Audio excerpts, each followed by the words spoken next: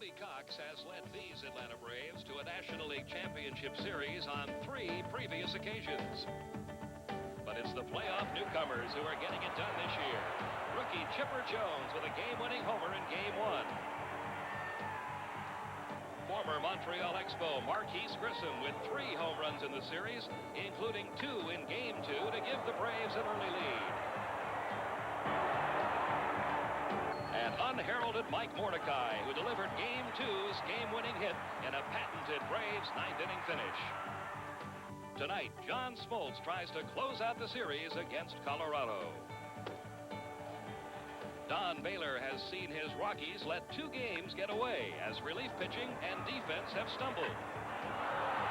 The Blake Street Bombers have more than lived up to their billing, hitting a collective 400. But it's up to Billy Swift to shut down Atlanta as the Rockies try to survive in Game 3 of the 1995 Division Series.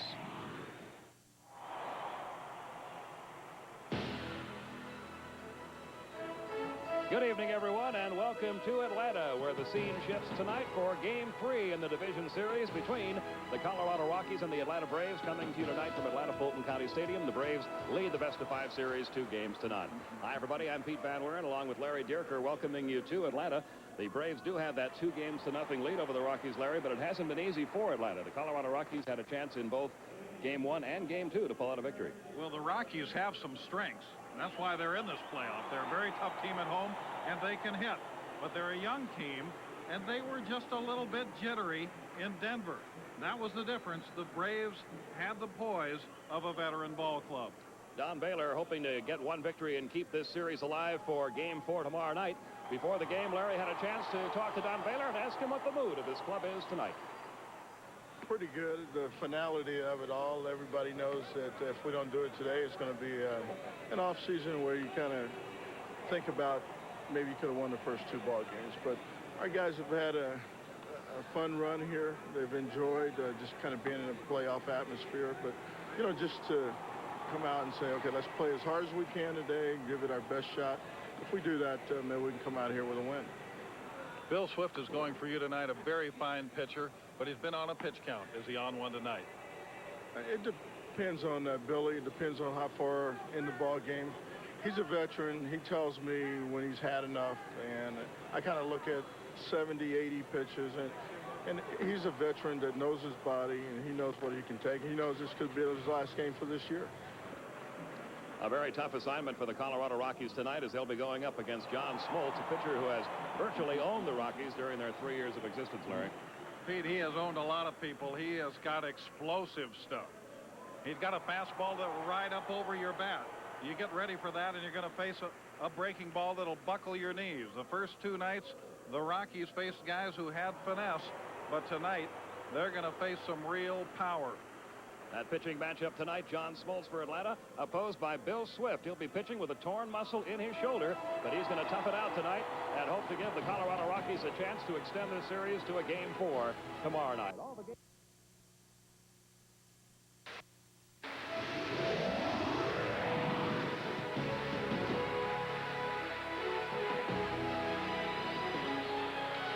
Welcome back to Atlanta Fulton County Stadium. Let's take a look at tonight's Budweiser starting lineup for the Colorado Rockies, down 2 games to none in this series. 1 change, Mike Kingery getting the start in center field in place of Ellis Burks tonight. He'll bat second. Billy Swift on the mound and batting ninth, of course, and facing John Smoltz. And one interesting thing, Larry, this entire starting lineup for the Colorado Rockies in their career hitting just 186 against John Smoltz with 1 home run. Andres Galarraga hit that. And, of course, Larry Walker is the only guy that's really had any success against him, and Walker's the only dangerous left-handed batter they have. And so for Smoltz, that's probably the strategy. Don't let Walker beat you. As you look at the Braves defensively, there was 1 question mark going into tonight's game, and that was Jeff Blauser. If you were with us for Game 2, you'll recall a collision out in left center field between Blauser and Ryan Klesko. And watch Blauser's right ankle here as it gets caught under Klesko. He stayed in the game, had the ankle taped up, but was a question mark coming into tonight's game until after he took batting practice. He did that. Bobby Cox said he felt fine, so Blauser is in the starting lineup tonight. And here's Eric Young to lead things off. He is 3 out of 9 in the series, committed that crucial error in the 9th inning of Game 2. And takes the first pitch low and away, ball one. Eric Gregg calling the balls and strikes tonight. Different umpiring crew here in game 3 than we had in the first 2. Outside again, the count 2-0. Eric Gregg behind the plate. Frank Pulley at first. Bruce Fremming is at second. Gary Darling at third. And the foul-line umpires are Ed Montague in left and Bob Davidson in right. There's a strike, and the count 2-1. Smoltz 5-0 in his career against Colorado, and he loves pitching in games like this, Larry.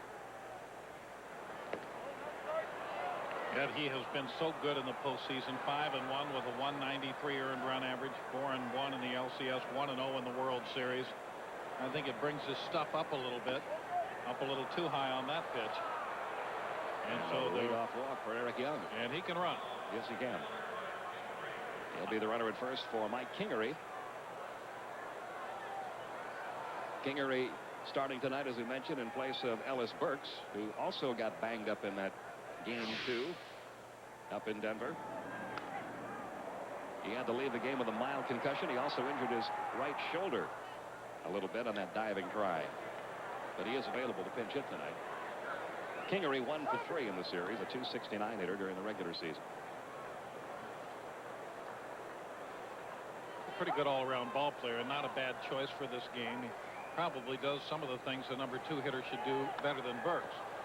Young is on the run as the pitch is fouled off by Kingery, and the count 0-1. Talking about the bunting game, the hitting and running game, Burks will bring more power to the lineup and perhaps a little more speed on the bases, but Kingery is also fast. Checking now with his third base coach and see what Ron Hasse has in store for him here. This is very aggressive offensive ball club, Colorado. Very aggressive hitters and very aggressive on the base paths as well. Young, who had 35 stolen bases during the regular season, he was caught 12 times. 10 out of 14 base stealers were successful when Smoltz was on the mound this year, but 14 tries is not a lot for a guy that started 29 games. He has a very quick release. Tough to get a good jump on him. There goes the runner. There goes the bunt down to Smoltz. Can he win the race to first? He tags Kingery for the out. Moving all the way around to third is Eric Young. That was a great bunt and one of the most athletic plays you will ever see a pitcher make. All the way from first to third, and a terrific bunt by Mike Kingery. Smoltz realizes here that if he gets this ball, there's going to be no one to flip it to. And he actually brought the ball into the middle of his glove so that he could hold it on the tag. Boy, what a play. So a runner goes all the way from first to third on the bunt. One man out, and Dante Bichette the batter.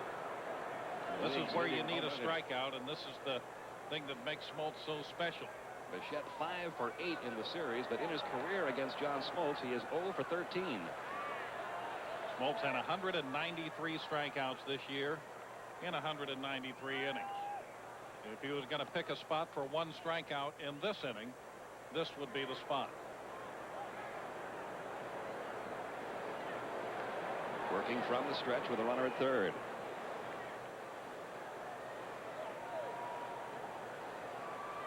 Here's the 1-on delivery. Good breaking ball. 1 ball, 1 strike. Bichette, 40 home runs on the year, led the National League, also led in RBIs with 128. Struck out 96 times in 579 at bats. I think the Braves feel they can score against Bill Swift. They're playing the infield back here. Good stop by Lopez on a pitch that bounced about 5 feet out in front of the plate. John Smoltz, the first half of the season, only used 3 pitches: fastballs, curveballs, and a changeup.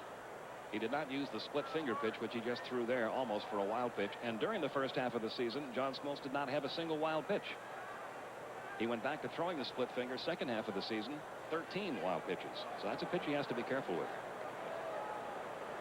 Here's the 2-1 on the way. And again, he got Bichette to chase a pitch out of the strike zone. That's a pitch you have to be careful with, but this is a hitter you have to be careful with, too.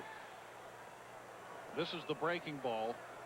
Looks like a strike on the outside corner. Bichette is not at all a patient hitter. He's very aggressive. Only walked 22 times this year, and 5 of those were intentional walks.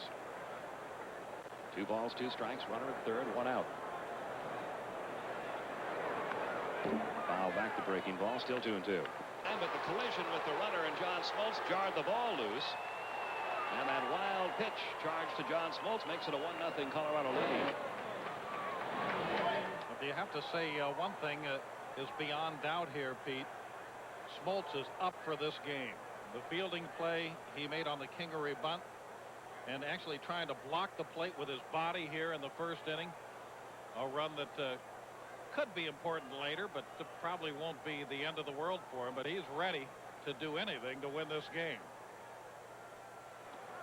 The throw was there in time, but the collision between Young and Smoltz jarred it loose. You won't see too many pitchers try to block the plate with their body. No.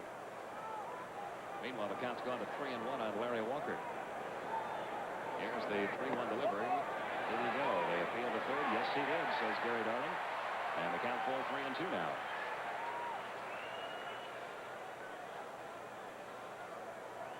Two men out, 1 run in. Here's the 3-2 on the way. Got it with a breaking ball. Smoltz records a couple of strikeouts, but in between the strikeouts, his wild pitch cost him a run. We go to the bottom half of the first. 1-0 Rockies. John Smoltz having his knee looked at by Braves trainer Dave Pursley as we go to the bottom half of the first inning. Rockies leading at 1-0. Let's take a look at tonight's Budweiser starting lineup for the Atlanta Braves. And this is the standard lineup that the Braves have pretty much used all season long. Grissom, Lemke, Jones, McGriff, Justice, Klesko, Lopez, Blauser, and Smoltz against right-hander Billy Swift. And you really have to admire this guy, Larry. He's got a torn labrum muscle in his right shoulder, and yet he's out there pitching. He normally will show you a power sinker most of the time and offset that with a slider and changeup. We understand now with the shoulder trouble, you'll see more changeups and fewer sliders. And as we look at the defense playing behind Billy Swift, Walt Weiss keys the middle of that infield. However, the Rockies have made 6 errors in the first 2 games of this series. The defense is going to have to play a little better. And here's Marquise Grissom to lead off the bottom half of the first inning and taking a strike from Bill Swift. Grissom, 4 for 11 in the series. He has a double. He has 3 home runs. Hit 12 homers during the regular season. Pops this one up foul territory, first base side. Galarraga coming over near the stands, reaching over the tarp, and could not quite get to it. Nice photo op, though.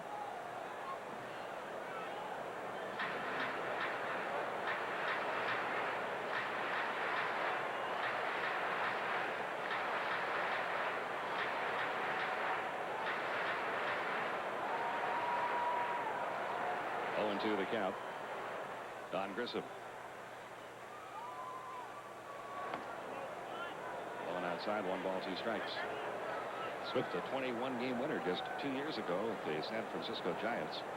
When he is right, you're going to see a lot of ground balls. In fact, that's one of the reasons the Rockies went out and got him for their ballpark. Perfect pitcher for the mile-high altitude to keep the ball on the ground. His sinker is a late-moving pitch. It has a lot of the same action that Maddox's sinker has when it's down low. The 1-2 on the way to Grissom. Little dribbler down the third baseline. It rolls right along the line now into foul territory, and Girardi keeps it foul. Still 1-2 on Grissom. Swift was a #1 draft pick back in June of '84 by the Seattle Mariners Ball Club, and he was the 2nd player of the nation selected. He is not only a very fine pitcher, but he is also quick on his feet. He fields his position well. He can hit a little bit, and he can run the bases. When Don Baylor ran out of players in Game 1, had to use a pitcher to pinch hit, I was a little surprised it wasn't this guy. I was too. Lance Painter. But you can see why he wouldn't want to send a right-handed hitting pitcher up against Mark Wohlers. Well, anybody, righty or lefty, if you're a pitcher hitting against Mark Wohlers, you're probably in for a short at bat. 2-2 the count now on Marquise Grissom. Mark Lemke will follow, and then Chipper Jones. Another little dribbler down the third base side. Swift with a barehanded pickup, but he's not even going to try the throw. Marquise Grissom has an infield hit. That's the kind of throw where if your labrum is torn, it might rip a little bit more if you try to throw back across your body. You decided not to. This 1995 Division Series game is brought to you by Chevrolet, the cars and trucks 36 million people depend on every day. Genuine Chevrolet. McDonald's, have you had your break today? And Beechwood Aged Budweiser, the king of beers. This Bud's for you. You can see the angle that Swift has if he tries to throw to first. It's similar to a pickoff move where you have to come back across. You can turn your body as he did there, and you're fine. But I can recall last year or so that I was on the mound. Even a pickoff throw was a little bit of a problem. Lemke 2 out of 9 in the series after a .253 regular season. Takes a strike in the outside corner. Marquis Grissom, the runner at first for Atlanta, the really only true base stealing threat. He had 29 stolen bases. During the regular season, the Braves as a team had only 73. Rockies leading at 1-0 here in the bottom of the first. Nobody out. Grissom at first. He is on the run. The pitch is on the outside corner, but high, and the throw is also high. Stolen base for Marquis Grissom.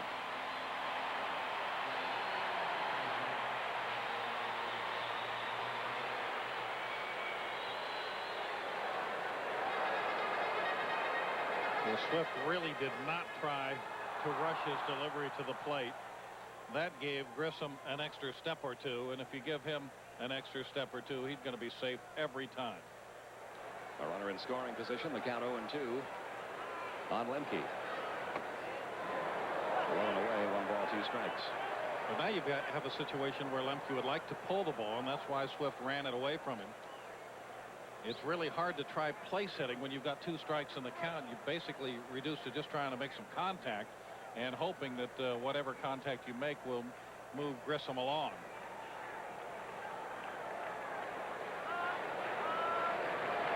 Here's the 1-2 on the way, and a bouncing ball to third. That will not move the runner. Castilla looks the runner back, throws on to first, 1 out. Another good pitch away by Swift. Swift has been around the water. He knows what he's doing out there. If his shoulder will let him, he can pitch a very competitive game against the Braves here. I was a bit surprised at Don Baylor's comment to you that 70 or 80 pitches might be as far as Bill Swift can go tonight. If that's the case, most pitchers get to that level usually by the 6th inning or so, which means that Don would have to get a lot of work out of his bullpen again tonight. The Braves did not hit for high average this year, but they hit with power and they walked a lot. Chipper Jones takes a strike. 0-1. Chipper's had a good series. He is 5 for 10 with a couple of home runs at the game-winning homer in Game 1. The walking a lot could be a problem for Swift, because if they take him to a lot of deep counts, he won't be able to pitch very many innings. That's taken high, and the count 1 ball, 1 strike. If the sinker and slider are working well, but the power aspect might be neutralized. But what he's got to try to hope to do is get ahead in the count and make the batter hit the ball early in the count, so he only uses a few pitches for each out. Here's the 1-1 on the way to Chipper Jones. Fly ball hit out to left field. Dante Bichette to his left. Makes the catch, holding at second. Marquis Grissom, 2 men gone. And that'll bring up Fred McGriff. Other games underway. No score yet in Boston. Cleveland trying to ice that one. Yankees trying to win that series. No score yet in Seattle. And they're in the bottom of the first, scoreless in Cincinnati, with the Reds up 2-0 over the Dodgers.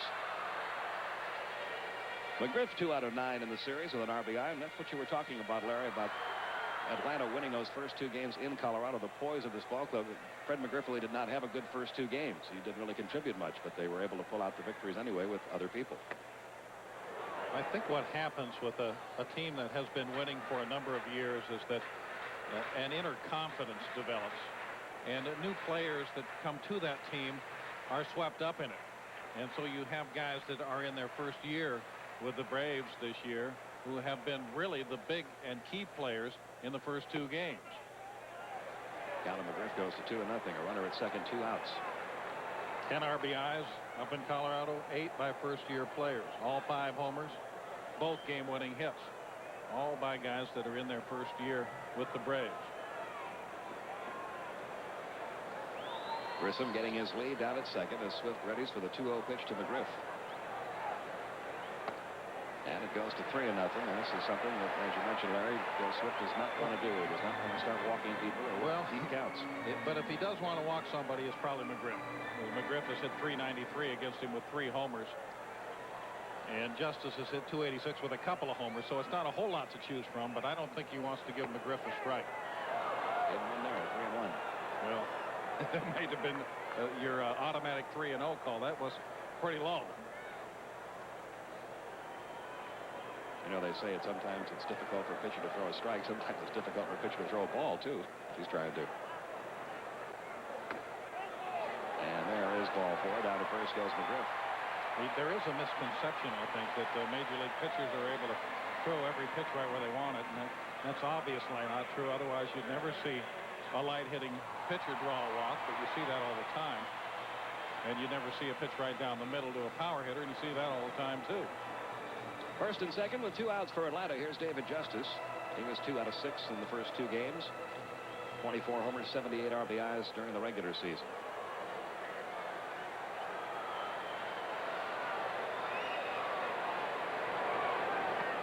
And he takes a strike to the outside corner, 0-1.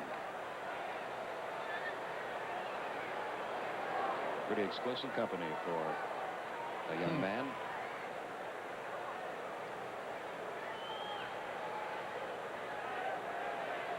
Here's the 0-1 on the way, and a broken bat roller out toward second. Eric Young throws on to first in time. High throw, but Galarraga gloved it, and we go to the top half of inning 2 with the Colorado Rockies leading Atlanta 1-0. And the Braves in the second, but first this update: the Dodgers and the Reds. Larkin's on third. He had stolen third. Hideo Nomo, though, freezes Sanders and gets out of the inning. So right now it's scoreless, Dodgers and Reds. Back to Pete and Larry. Okay, thank you, John. We've got some great pitching matchups tonight we're going to be keeping an eye on for you all night long. 1 ball, 1 strike on Galarraga. You got Larry, Randy Johnson. Right. You've got some of the guys that had to be used late in the years by the teams that could not set up their rotation. And so some of the better pitchers are pitching tonight. Galarraga takes the pitch high and outside. He's playing with a bad hamstring. Here's a question for you, Pete. Hideo Nomo, you saw that pitch, good fastball low and away to freeze Sanders in a strikeout out of the inning. Is Nomo a rookie? Out to short where Blauser gloves it. On to first in time, Galarraga, as you can see, hardly able to run at all down the first baseline. You know, that's a question that a lot of the writers who were voting in the Rookie of the Year balloting were talking about the last couple of weeks of the season. Is he a pure rookie, or do those 6 years of playing Major League Baseball in Japan disqualify him a little bit? Well, let me put it to you this way, then. Under Major League Baseball rules, he is a rookie. And if John Smoltz went over to Japan, would he qualify for Rookie of the Year there? If Nomo's eligible for Rookie of the Year here, Smoltz would have to be over there. Good pro, right? Well, I don't know. I don't know what their rules are over there. You watch the guy pitch, and of course, when you watch Chipper Jones play, he doesn't look like a rookie either. But Nomo obviously has a lot of experience. We have a player in the game tonight who caused the Rookie of the Year award rules to be changed. Larry Walker. Remember, he spent the entire year with the Montreal Expos on the disabled list. The next year, he had a great season, and there was a big question mark all season long since he was on the DL at the Major League level this entire season before. Was he a true rookie? The original rules said no, but they changed the rules after that. They go now by number of at-bats, number of innings pitched. 1 ball, 2 strikes on Vinny Castilla. 2 for 6 with a home run in the series.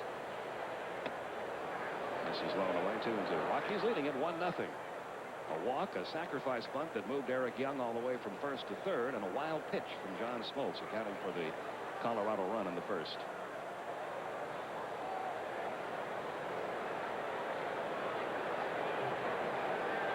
Here's the 2-2, and the breaking ball is fouled off. Still 2-2.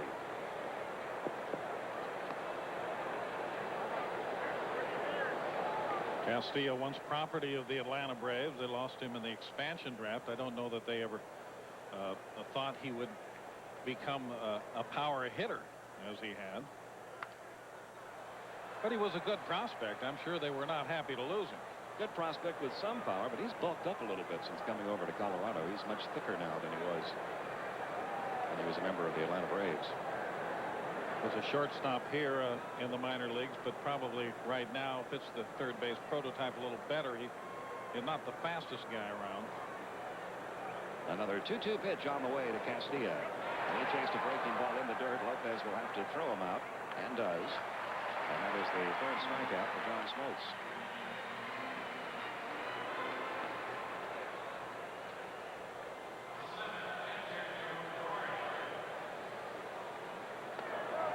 See so many guys swinging at bad pitches when Smoltz is working, and that's just the way Ted likes it. 2 gone. That'll bring up Joe Girardi. The Rockies catcher 1 for 7 in the series. His hitting tailed off toward the end of the year, but don't you find that happens to a lot of catchers who are out there every day, Larry? You sure do, and I think that's why it's a big advantage to have 2 catchers that you can alternate. A lot of the managers favor one regular catcher because he gets to know the pitching staff so well. This one fouled back. Not even 1 ball, 1 strike. But recently there have been some clubs that have been using 2 catchers, as the Braves do. And Charlie O'Brien, as you see there, he catches quite a bit, and it really will keep both guys stronger in the late part of the season. Here's the 1-1 out of Girardi, and there's a line drive right center field. Marquise Grissom goes back on the ball, makes the catch, and it's a 1-2-3 inning for John Smoltz. Nothing doing for the Rockies in the top of the second. We go to the bottom half of inning 2. 1-0 Colorado. He's in the Braves continue in a moment, but the Indians and the Red Sox, Eddie Murray's already aboard. Jim Thome facing Timothy Wakefield. This thing is certainly deep enough, but is it fair? Just over top of the foul pole. It is a fair ball, and it's a 2-run home run. The Indians looking for the sweep now with a 2-0 lead in the second. Pete and Larry. Okay, John, thank you. Indians trying to hand the Red Sox their 13th consecutive postseason loss. Ryan Plesko leading off and kicks a swing, fouls it back. 0-2 on Plesko. He's 3 for 7 in the series. When you first watch Plesko, you have the feeling that he's an all or nothing hitter because he swings so hard, and usually a guy like that is exclusively a pull hitter, and you can trick him a lot of times with off-speed pitches. But this guy is a little better than that. He'll take you to the opposite field. But not catch up with Swift that time. First strikeout for Swift, 1 gone here in the bottom half of inning 2. That'll bring up the catcher, Javi Lopez. That was a real nice changeup, and it's a pitch that Swift has been featuring since he's had the arm trouble. He's lost a little velocity and perhaps just a little bit of the sharpness on his breaking pitch, so he'll work that changeup in a little more often. Lopez hit .315 during the regular season. Chopper to the left side. Castilla fields the throw across to first in time. And Swift having the kind of inning that Don Baylor would like to see him have. He's only thrown 4 pitches here, and he's got 2 outs. He threw 21 in the first inning, so if he can get through this inning with less than 10, he'll be back on a pretty good pace. That'll bring up Jeff Blauser. Blauser 0 for 4 in the series, and as we told you, a question mark coming into tonight's game. The lineup posted by Bobby Cox did not have anybody listed at shortstop initially. It was either going to be Blauser or Rafael Belliard, depending on how Jeff's ankle responded when he took batting practice, but he's in there. Batting with 2 outs and the base is empty, and bouncing one up the middle. Nice stop by Walt Weiss, up and throwing, and got him. Walt Weiss takes a base hit away from Jeff Blauser, and it's a 1-2-3 inning on just 5 pitches for Billy Swift. Still 1-0 Rockies. Rockies lead it 1-0 as we move to the 3rd inning. Walt Weiss ended the bottom of the 2nd with a beautiful play out behind second base. He can make the spectacular play to end the inning, and he makes that routine play pretty well too. And here he is leading off the 3rd, taking a strike from Smoltz. He is 1 for 5 in the series. Weiss has playoff experience with the Oakland A's. He's a very valuable player on a team, though he is not generally one of the most spectacular players in the league. But he gets on base a lot. He walked 98 times this year. And he's what you call a 2-out shortstop. This one fouled off down the first baseline. Say, what does that mean? That means if you're pitching and there's a guy on 3rd base and somebody hits a ground ball to short, you walk to the dugout and you don't have to look at first base, and you don't have to worry about which base you're going to back up if he throws it away, because you know he's going to make the play. Here comes the 1-2 pitch to Weiss now from Smoltz. And the breaking ball stayed outside. 2-2 the count on Walt Weiss. He'll be followed by the pitcher Bill Swift, and back at the top of the order, and Eric Young. But you might think most shortstops at this level should be that way, but they aren't. Just missed outside. Full count now, 3-2. There are quite a few, really, that could make that spectacular play that Weiss just made, but won't always make that 2-out play for you. the routine play.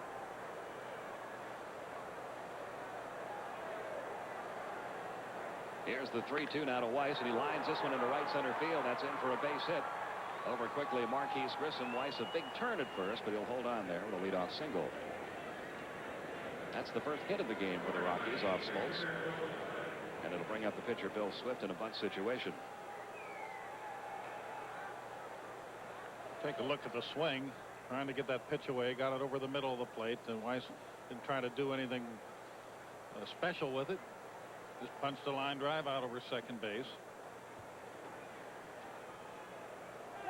Swift showing bunt, then pulled back, runner going, thrown out to second by Lopez is late. And how about that for a little strategy? Well, I think that the Rockies are going to play an extremely aggressive game on the bases if they can. Getting men on is the difficult part against Smoltz. But they really are in a point where they've got nothing to lose. They're down 2-0. They're on the road, and I think they just feel like they're going to take it to them with all they've got and have nothing to be ashamed of or feel like they've left nothing behind if they lose. Now we'll see what Swift is doing. He's a good hitting pitcher, as we told you. Hit 194 this year with a home run. He shows bunt, takes it high, and the count 2-0. Takes another look down at third base coach Ron Hasse.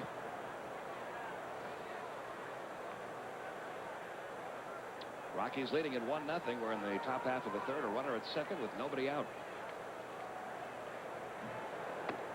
There's a strike in the outside corner, 2-1.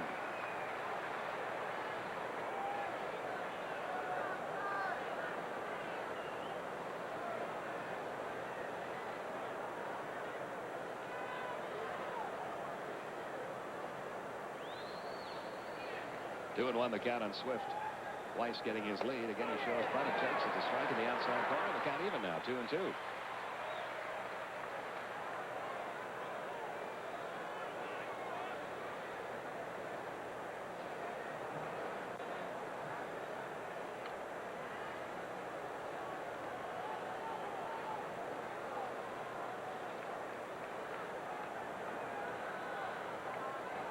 Here's the 2-2 pitch, and he bunts it foul down the third baseline, and that's a strikeout. He tried to bunt for a base hit.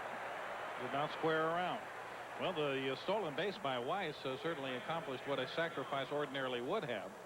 But the Rockies had a better opportunity if they could have moved Weiss to third base. Were not able to do that. That is the fourth strikeout for John Smoltz.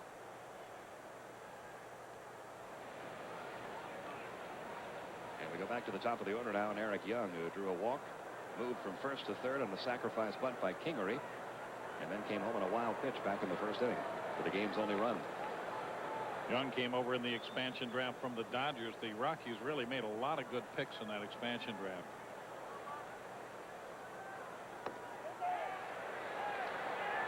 One ball, no strikes. And now he went. With a strike by Frank Pulley. We've got a home plate umpire here tonight that gives the short right jab on the strike call, and Frank Pulley's right jab a little bit longer. And a little quicker.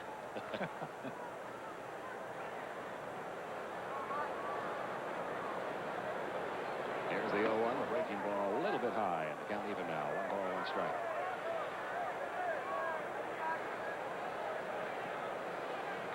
One man out, Weiss down at second.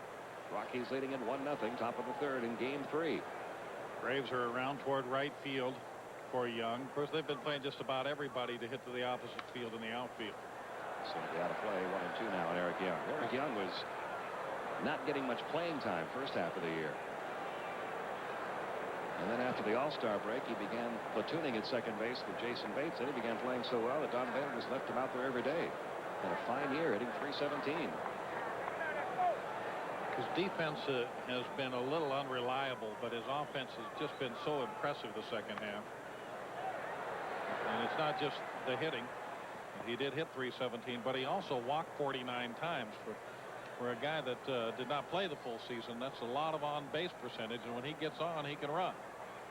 He said the first half of the year he was getting so little playing time he was almost sure he was going to be dealt somewhere else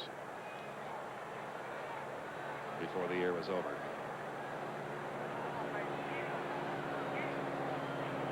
The 1-2 is hit high in the air out to left field, pretty deep. Going back, Ryan Klesko. He's on the warning track. He's at the wall, and he makes the catch against the wall, or did he? No, he did not. It's gone. Home run.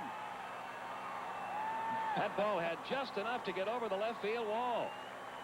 Home run for Eric Young makes it 3-0 Rockies.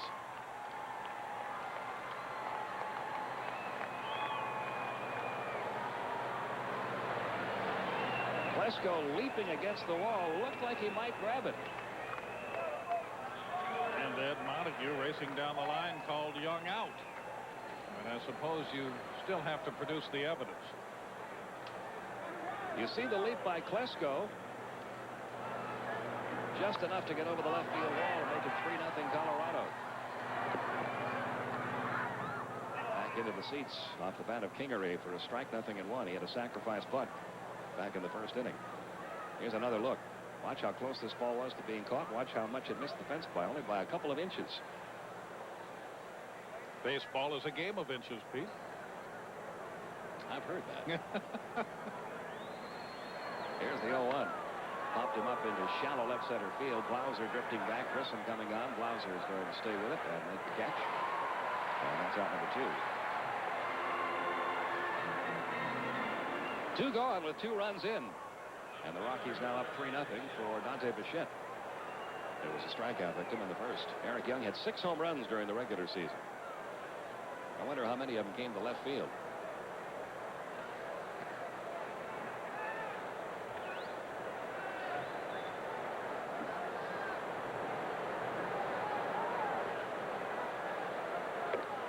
Bichette takes a strike in the outside corner. The crowd has been somewhat silenced by this early scoring by Colorado. Well, for Young, it's certainly been satisfying to reach in the first and score and then hit a 2-run homer, because his error, though it did not cost the Rockies the lead, they were already behind, certainly changed things in game 2 at Coors Field. That was a 1-run ball game until that error opened up a 3-run lead for Atlanta.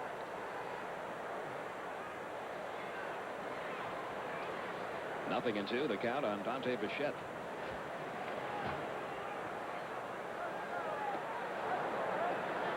The Braves have been behind in both games, but they have not been as far as 3 runs behind.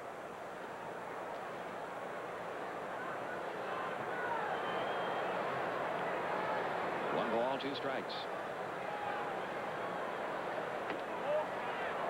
This time with a fastball, 2-2. If you remember Bichette's first at bat, Smoltz got him to chase a couple of pitches that were not strikes. See if he tries to get him to chase another one here. The count 2-2.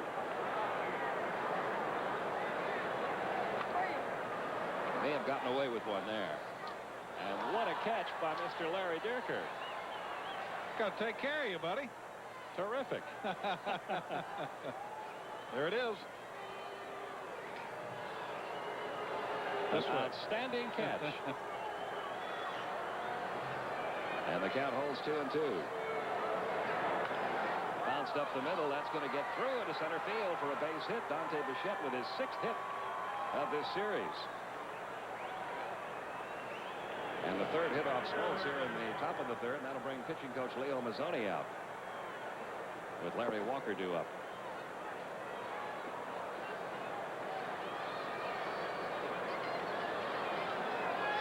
Leo Mazzoni was John Smoltz's pitching coach at AAA after the Braves acquired Smoltz from the Detroit Tigers organization while he was still in the minor leagues. And in an unusual move that I've never heard of before, Larry, when Smoltz was called up to the major leagues for the first time, his first start came in New York against the Mets at Shea Stadium. And because Leo Mazzoni had worked so closely with him, they also brought Leo, who was the Richmond pitching coach, to New York to sit in the front row box seat and watch Smoltz's first major league start, which he won.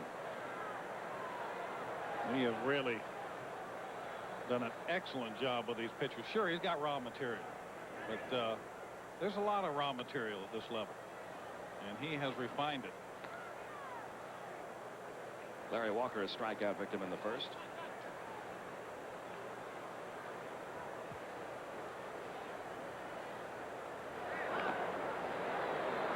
Nothing in on the count.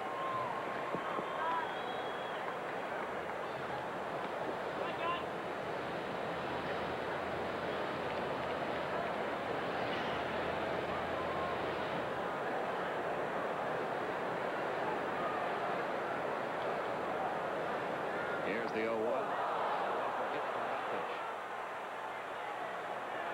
And he will go down to first, sending Dante Bichette down to second. And this inning beginning to unravel on John Smoltz. I'm not sure he has had a game in the postseason yet where he's had this much trouble.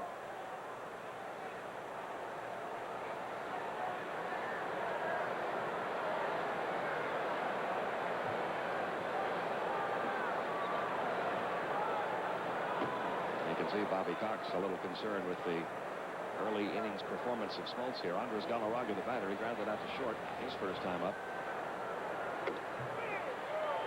No, you're right. Smoltz with that 5-1 postseason record. He also has pitched a division-clinching game in 1991. He pitched Game 7 and won against the Pirates in the National League Championship Series in 1991. Pitched in Game 7 in the World Series and matched Jack Morris inning for inning in 91, although he was not involved in the decision. So he's pitched in a lot of games like this. But he's been on the ropes a lot, too, but he has not been knocked out. But he's been able to get out of trouble like this with a strikeout or the pop-up ground ball.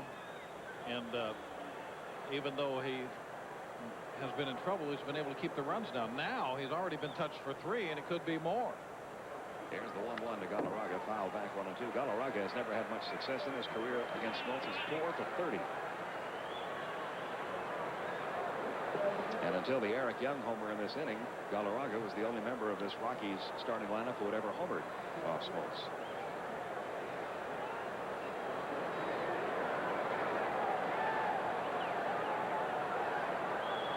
Here's the 1-2. Foul back again, still 1-2.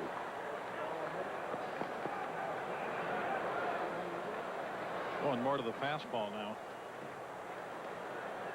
And that's certainly a luxury when you've got that kind of fastball, where when you start to lose command of your other pitches, you can just go to the whip and try to blow your way out of an inning and then regroup in the next inning. Look out, folks. Lined into the seats.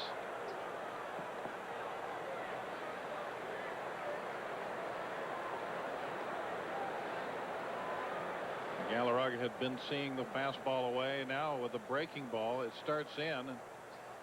It's almost a belated half swing just to try to stay alive. Again, the 1-2 pitch on the way, and it's popped foul again back into the crowd. That's his 32nd pitch of this inning. Now he's up over 60 now, so the pitch count an important thing for Bill Swift, but it's also rising now for John Smoltz to the point where Atlanta's bullpen is going to get into action for the first time. Brad Klontz begins to loosen.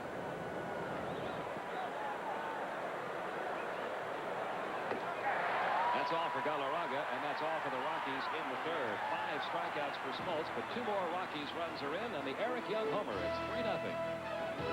He's up 3-0. Meantime, the Yankees and the Mariners, Randy Johnson and Jack McDowell in a great pitcher's duel until Bernie Williams teased this one up to the opposite field. He's been on fire since August. This home run gives the Yankees a 1-0 lead. They are in the 4th inning. We'll keep you up to date. Right now, back to Pete and Larry. Okay, thank you, John. We've got some scoring in this game as well. 3-0 Colorado on top as we go to the bottom of the third. Bernie Williams has got some serious opposite field power. John Smoltz leading it off here in the bottom of the third. Had a 107 batting average during the regular season. Hits this one back up the middle. Second baseman Eric Young near the bag. Throws on the first in time. And John Smoltz did not run. And here's from the crowd about it. That's unlike him. The unusual thing about that is that he made those plays in the first inning, coming off the mound and diving for a tag play at first, and then blocking the plate with his body on a wild pitch. Could be that knee is bothering him a little more than we realize. Maybe he just realizes as well that he is thrown over 60 pitches now and wants to conserve some energy on a ball he would have been out on anyway.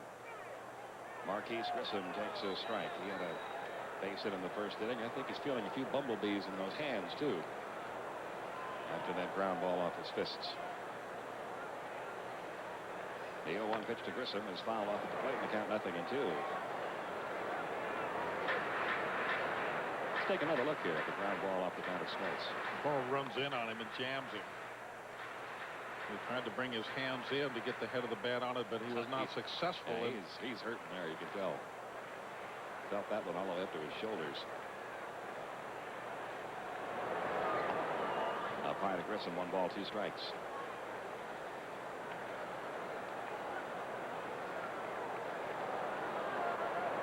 Leo Mazzoni with some advice for Smoltz.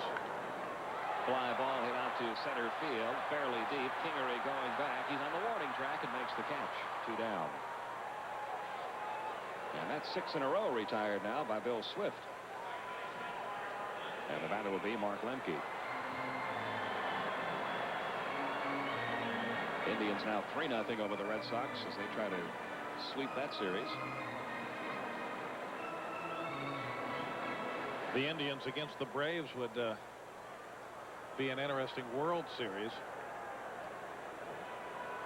That's the one you hear a lot of the pundits say they'd like to see, but of course there's work to be done to get there for both teams. There's a strike. Beyond the natural team nickname thing, you've got the classic starting pitching of the Braves against the hard hitting of the Indians. Here's the 0-1 on Olympia. Started to go around. Took the swing, did not go. And the count 1 ball, 1 strike. 2 men out, bases empty. We're in the bottom of the 3rd with the Rockies leading it 3-0. Breaking ball outside corner, 1-2.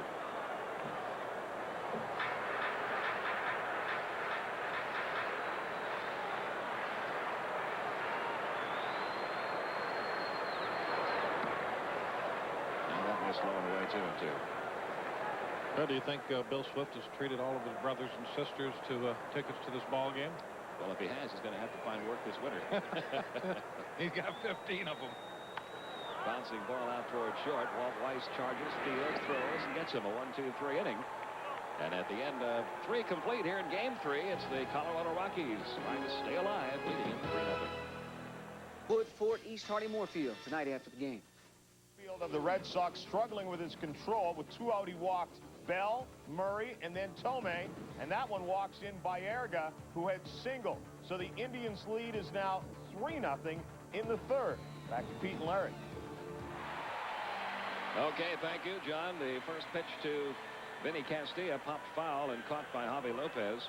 You know, Larry, you pitched, I know, a long time against a guy who threw a knuckleball and helped Tim Wakefield this year, Phil Necro.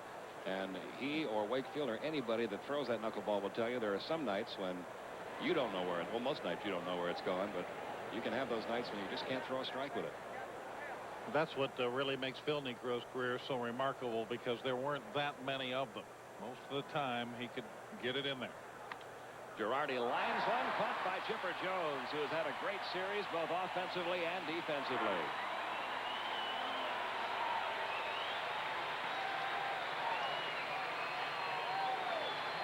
Two men out.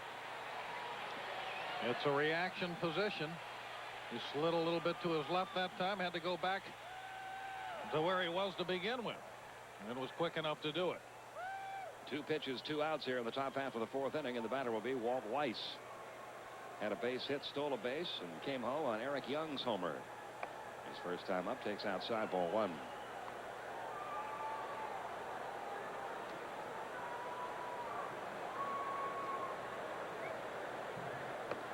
Inside corner, 1 ball, 1 strike. Key inning here for John Smoltz. After being touched up for 2 runs in the 3rd, see if he settles down here. He's got the first 2. This is the guy that started it last time, Weiss. And a little chopper to the right side. Very easy inning for Smoltz as Lemke throws on to McGriff. And on just 5 pitches, he has a 1-2-3 inning. We go to the bottom half of the 4th inning. Colorado still leads it 3-0. We go to the bottom half of the 4th inning. Colorado on top 3-0 in Game 3. Chipper Jones, Fred McGriff, and David Justice due up here in the bottom half of the 4th inning. Chipper Jones flat out to left, his first time up. Notice the way Chipper Jones is wearing his socks. That began, old style. That began when one of his real buddies on this team, Steve Bedrosian, and there's Bedrock in the crowd tonight, retired from the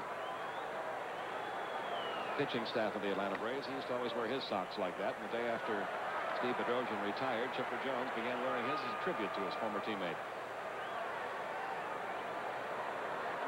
Didn't seem to affect his play much, did it? Did not. Here's the 2-0 pitch. Bouncing ball off to the right. That took a little skip off the mound, helping Eric Young. His throw to first, a little bit high and wide, but Galarraga able to make the grab, 1 down. This 1995 Division Series game is brought to you by Smooth Bush Beer, an easy drinking Bush Light. Texaco Haviland Formula 3 Motor Oil. Add more life to your car. Take it to the star. And Buick and your local Buick dealers. Remember, Buick, the new symbol for quality in America. 1 out. Here's Fred McGriff, who walked in the first inning. That's the last man to reach base off Billy Swift.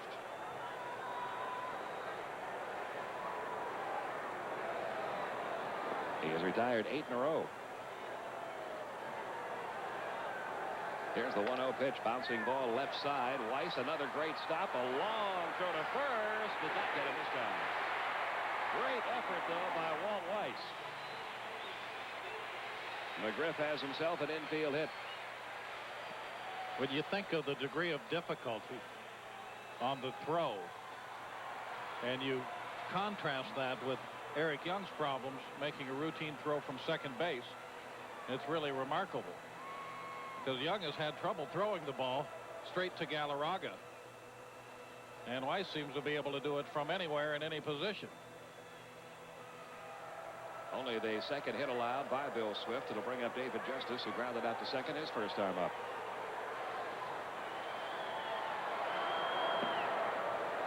One ball, no strikes on Justice. There have been a number of second basemen that have had that problem. Steve Sachs comes to mind. It's a short throw, and if you're just playing catch with a guy, it's an easy throw. But sometimes it becomes a mental thing. Yeah, it really kind of squeeze the ball, and you have trouble with it. 2-0 to count now on Justice. 1 man out. McGriff, the runner at first.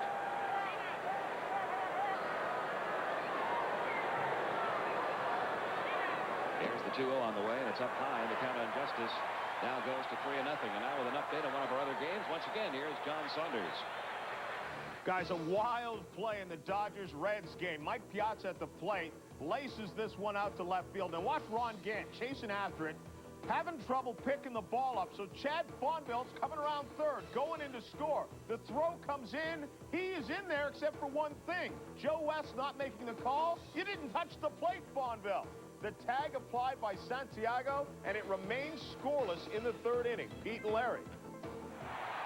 Okay, John, thank you. We've got runners at first and second with 1 man out after the walk to David Justice. And Ryan Klesko will be the batter. That's the second walk issued by Swift. Klesko, a strikeout victim, his first time up. The Dodgers have been playing like the inexperienced, the jittery team, a lot like the Rockies played in the games up at Denver. That's a bit surprising with some of the veteran players they have in that ball. Not so surprising defensively. Right. As they have had their fielding problems, but that mistake by Fonville is the base running error. 0-1 to count on Klesko.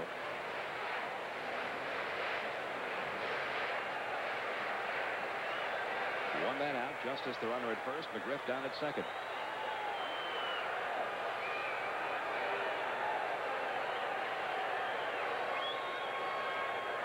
Here's the 0-1 on the way. Line down the left field line, headed toward the corner. Around third, McGriff. He will score. Heading for third, David Justice. He'll be held up as the throw comes back. It's an RBI double for Ryan Klesko, and the Rockies now lead it 3-1.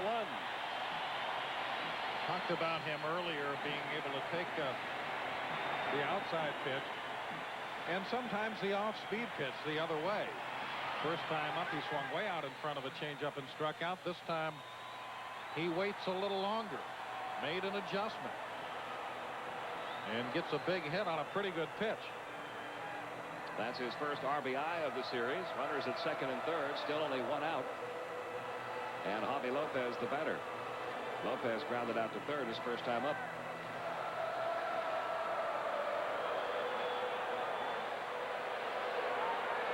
Are you surprised they're playing the infield in? A little bit. I am. First pitch low and away, ball 1. Lopez, another hitter who learned this year to go the other way. And if Billy Swift continues to pitch him away, don't be surprised to see Lopez shoot one into right or right center field. It has been said that if you play the infield in, it'll make a 250 hitter a 350 hitter. And of course, Lopez is better than that. Into right center. In to score, Justice Klesko around third. Here comes the throw home by Walker. Klesko scores, and we are tied 3-3.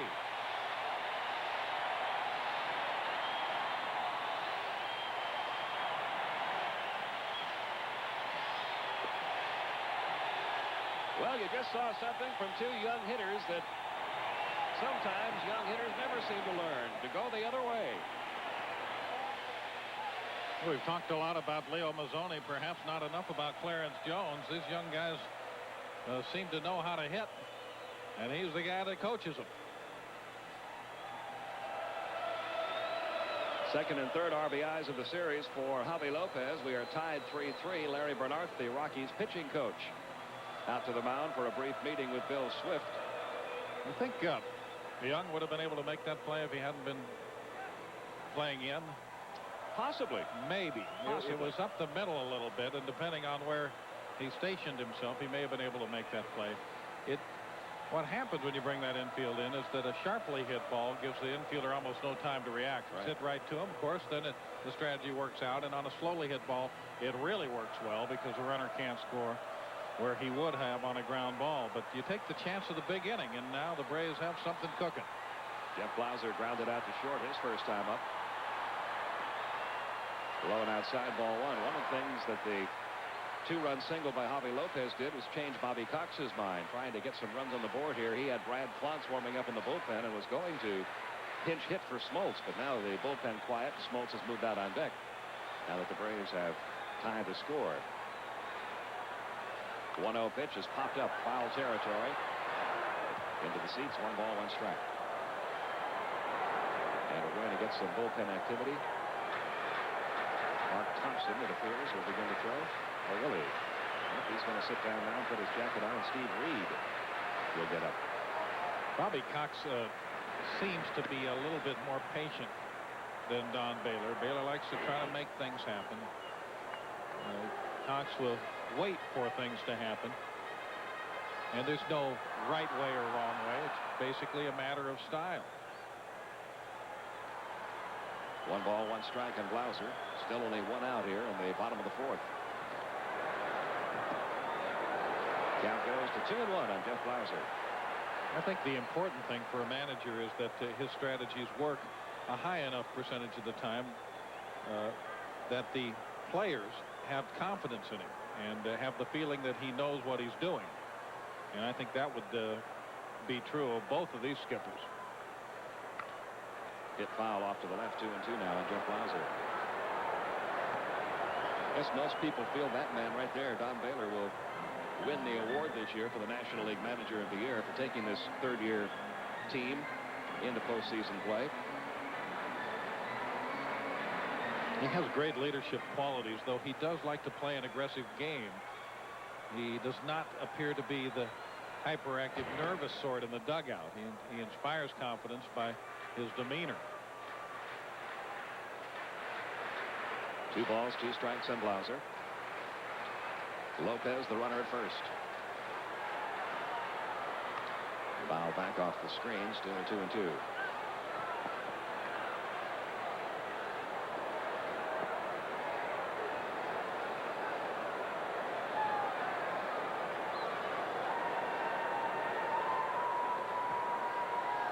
Ryan Klesko's RBI double got the Braves on the board, then 2 more runs scored on the Lopez single to tie it.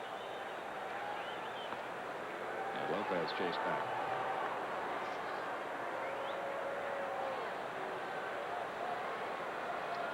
Another case of a young player in his first playoff coming up with a big hit. And the count full now on Blauser, 3-2.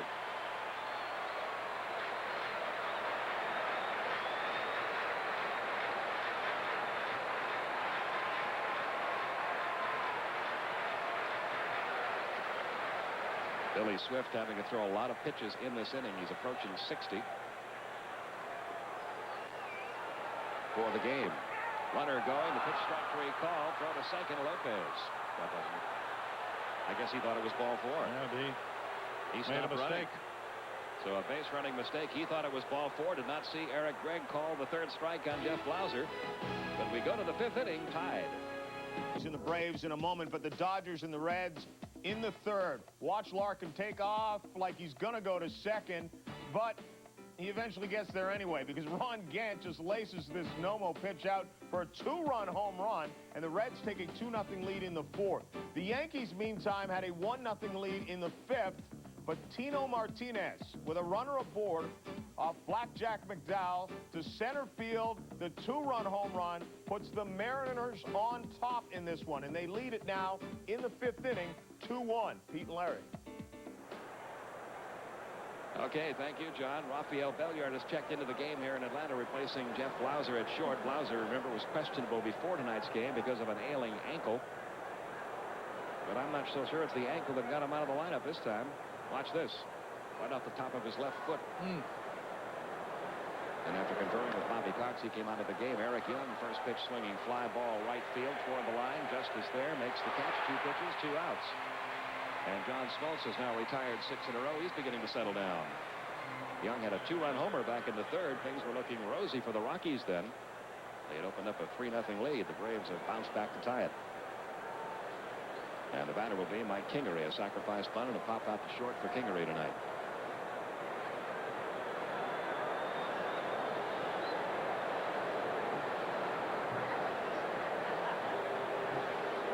Yeah, the Rockies were very close to delivering the knockout punch on Smoltz. That would have been in their 2-run 3rd. You talked earlier about Bobby Cox being a very patient manager. He's very patient, particularly with his starting pitching. Of course, when you have the caliber arms he's got, you can afford to be, but you won't see him panic in a situation like that too often. With Maddox and Glavine, they have such excellent control. If they do have a lapse and give up a couple of runs, it's generally because they've lost command of the strike zone, and usually they'll get it back. 2-0. It's a strike and the count 2-1. With Smoltz, he's got such great stuff. If he even finds the strike zone at all, not even the corners, but just the strike zone, chances are he'll get himself back in the game. At the knees, and the count even 2-2 on Kingery.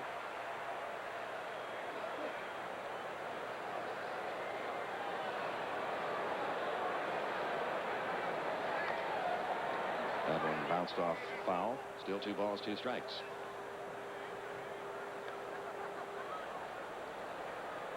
If we do go to a game 4, Bobby Cox is going with a 3-man rotation. In this best-of-5 series, he would come back with Greg Maddux tomorrow night. Brett Saberhagen will get the start for the Colorado Rockies.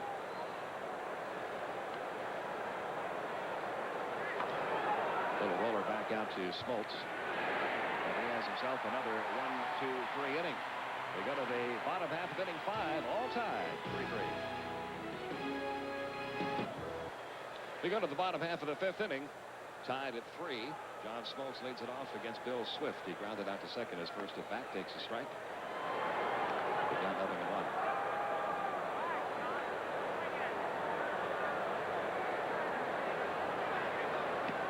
Blowing away, 1 ball, 1 strike. This could be a key inning for Bill Swift. He was at 58 pitches after 4 innings. You heard Don Baylor prior to the game say 70 or 80 pitches is usually the mark that Swift will let him know how he's feeling if he can continue. A little fly ball foul off to the right. And count 1-2. You can see his arm position. His release point is up a little over his sidearm, but I think when he is sound, his release point will be even a little higher than that, and it will give him a better angle on his breaking pitch and more sinking action on his fastball. He's still got good movement, but it's a little flat. 2-2 the count. He will undergo surgery on that right shoulder when the season is over.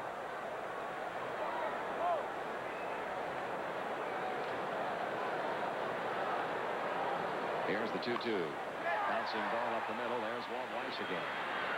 On to first in time. 1 man out for Marquise Grissom. Tomorrow on ABC's College Football, it's a great gridiron doubleheader. First at noon Eastern, 9 a.m. Pacific. The Ohio State Buckeyes travel to Happy Valley to take on the Nittany Lions of Penn State. Then at 3:30 Eastern, 12:30 Pacific, it's the Fighting Irish of Notre Dame facing the Washington Huskies. That's live tomorrow here on ABC Sports. Marquise Grissom 1 for 2. He had an infield hit in the first inning. Flied out to center in the 3rd. Lines this one to right field. That's going to drop in for a base hit. And Grissom aboard with one out. He stole a base back in the first inning. We'll keep an eye on him here, see if he's going with Mark Lemke coming to the plate. When Grissom reached in the first, Swift made no attempt to use a slide step or hurry his pitch, and that's another thing that can be a problem for a pitcher if he's nursing a tender arm. But you try that slide step, you've really got to go through your arm mechanics quickly, and sometimes that hurts. A runner at first with one out. In a tie game, bottom of the fifth, over to first, chasing Grissom back.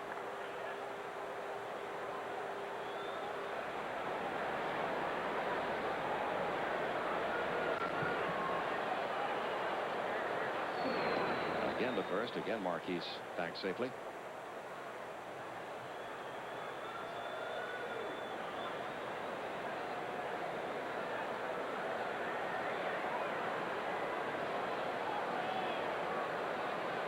Now the pitch on the way to Lemke. Took a shot toward left, fouls it off down there. 0-1.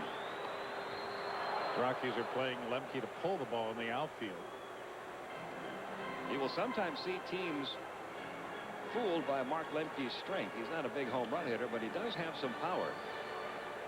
Many times an outfield will get caught playing him a little too shallow. They're about medium depth on him right now.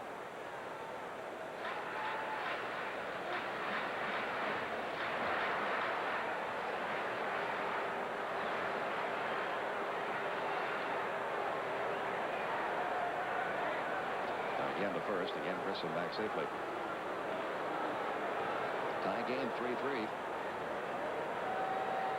Lemke is certainly not among the marquee players for the Braves, but he's a good, solid player, particularly good defensively, and he was hot with the bat late in the season. Hit in the number 8 spot for about the first half, or maybe a little more than the first half of the year. Then when Jeff Blauser went down with an injury, they moved him into the number 2 spot on the order, and that's when the batting average started going upward. He was only hitting about 218. Finished the year 253. 2-1 the count now on Lemke.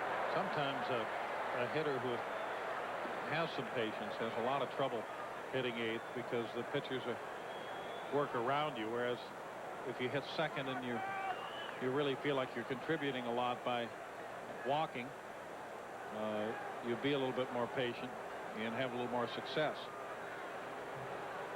Here's the 2-1 delivery, grounded foul down the right side. It could be very frustrating to hit 8th in the lineup. A lot of guys who are pretty good hitters have trouble doing it. Of course, if you're a good enough hitter, you never are asked to do that. But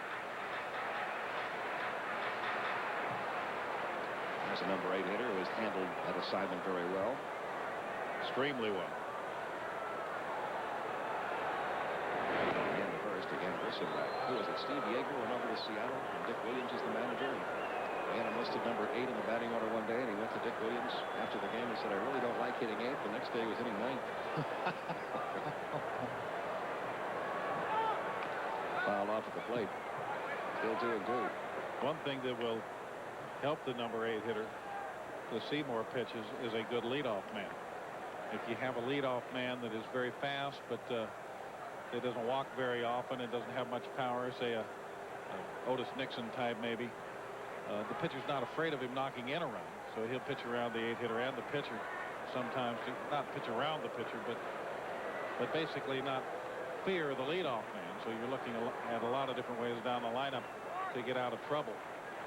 But if you got somebody like Marquise Grissom or Pete Rose or somebody that's got some pop hitting leadoff, that'll affect your thinking on the number 8 hitter. Still 2-2 on Lemke. A lot of throws to first, trying to keep Marquise Grissom at bay.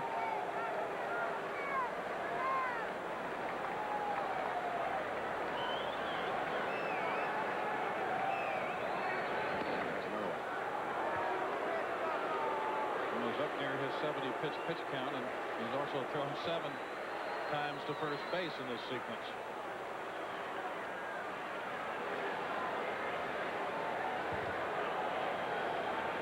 Here's the 2-2, and it misses outside, and the count full on Lemke now, 3-2. No activity in the Rockies bullpen.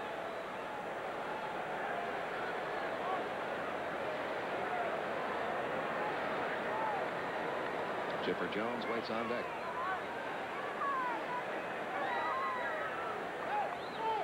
Runner going on the 3-2 and is fouled off. Still 3-2 on Mark Lemke. He did not have a good jump on that pitch. Running on a 3-2 count. You're just counting on the hitter to defend against the strikeout. In the last inning, Jeff Blauser was unable to do that. He was called out on strikes, and Javi Lopez, who was running on a 3-2 pitch, was thrown out stealing. Lemke usually puts the ball in play. Only 40 strikeouts this year and 399 at bats. There goes Grissom again. This time Lemke does strike out, throw to second base, and another strike him out, throw him out, double play. Joe Girardi has gunned down 2 in the last 2 innings. We go to the 6th. Still tied, 3-3. 3-3 Braves and Rockies, and the bottom of the 5th inning ended with a strikeout throw-out double play. The pitch was a changeup, so it was very close. And the tag by Weiss, a sweep tag, actually caught the leg that wasn't heading for the bag. And leading off the top of the 6th inning here for the Rockies is Dante Bichette, who has struck out and singled, has 6 hits in 10 at-bats in this series. But the National League leader in home runs and RBIs has no homers, no RBIs in the series. He is very aggressive in the sense that he doesn't draw many walks, but he is not overly aggressive in the sense that he overswings very often. He takes a very controlled cut at the ball. Here's the 1-1 on the way, and it's fouled back to count 1-2. The early arrivals at the stadium tonight got to see quite a show put on. Ryan Plesko hitting balls deep into the seats for Atlanta. Dante Bichette and Andres Galarraga drilling him into the club level in left field during BP. 2-2 the countdown. Bichette.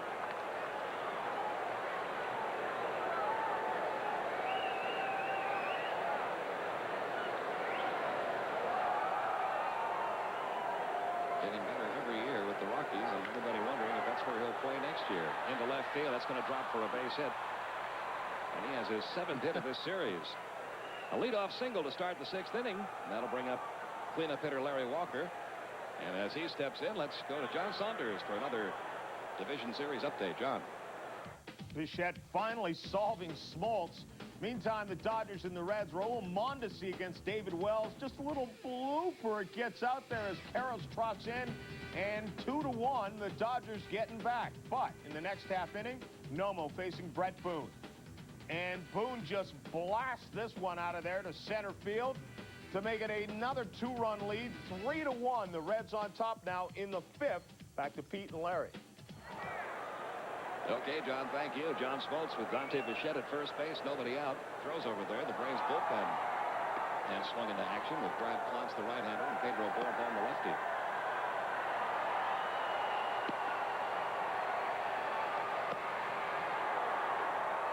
One ball, no strikes on Larry Walker. Grounded slowly fouled on the first base side. The count on Walker at 1-1.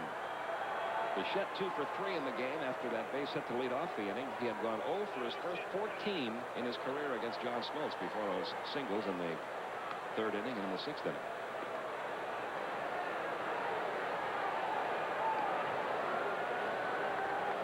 Three runs, 4 hits for the Rockies. 3 runs, 5 hits for the Braves. Top of the 6th. This game following just about the same pattern the first 2 did. Neither of those first 2 games decided until the 9th inning. Popped him up left side of the infield. Chipper Jones out behind the mound making the catch. Walker was disgusted with himself as he missed a hanging breaking ball. He fired his bat away before heading down the line. Now he's talking to himself. And that'll bring up Andres Galarraga, who is grounded out to short and struck out.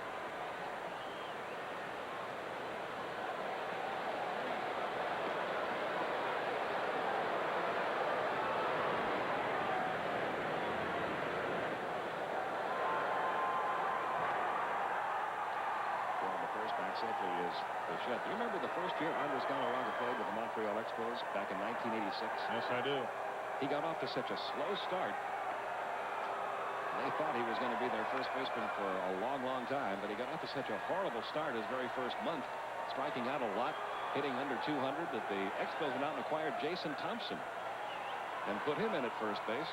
And were thinking about sending Galarraga down, and all of a sudden, the hits began to fall for Galarraga. And he's been a certified star ever since. The 0-1.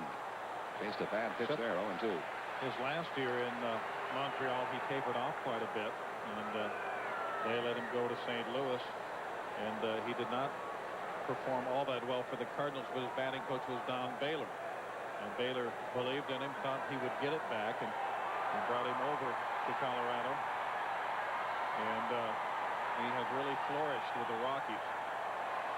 He's so strong. Here's the 0-2.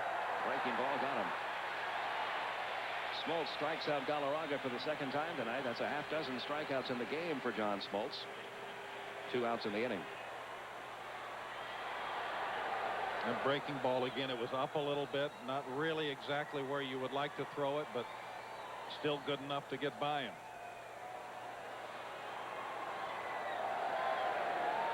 And John Smoltz moving up on the postseason list in strikeouts. There's a strike in the outside corner to Vinny Castilla. That gives him 73, tied with Dave Stewart. The only guys who have struck out more than Smoltz in postseason play. Pretty good group. Whitey Ford, Bob Gibson, Jim Palmer, and Steve Carlton. If the Braves go far enough this year, he could go to the top of that list in 95.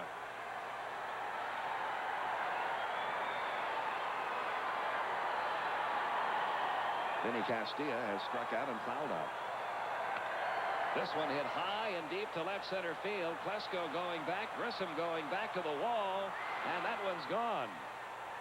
2-run homer for Vinny Castilla, giving the Colorado Rockies a 5-3 lead.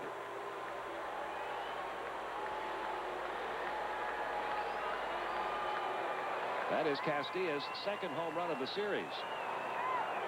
And for the folks back in the Colorado area who were disappointed in their team's performance in the first 2 games, you see very clearly that this team is not going to give up, and that this team does have quite a bit of talent, as they have just knocked John Smoltz out of the game. Castilla climbing on a hanging slider. That pitch actually backed up a little. And the Rockies have taken a 5-3 lead, ending the night for John Smoltz. The new Atlanta pitcher, rookie sidearmer Brad Plantz. You take a look at that pitching line tonight for John Smoltz, and in 11 postseason games, that is the most runs he had ever allowed.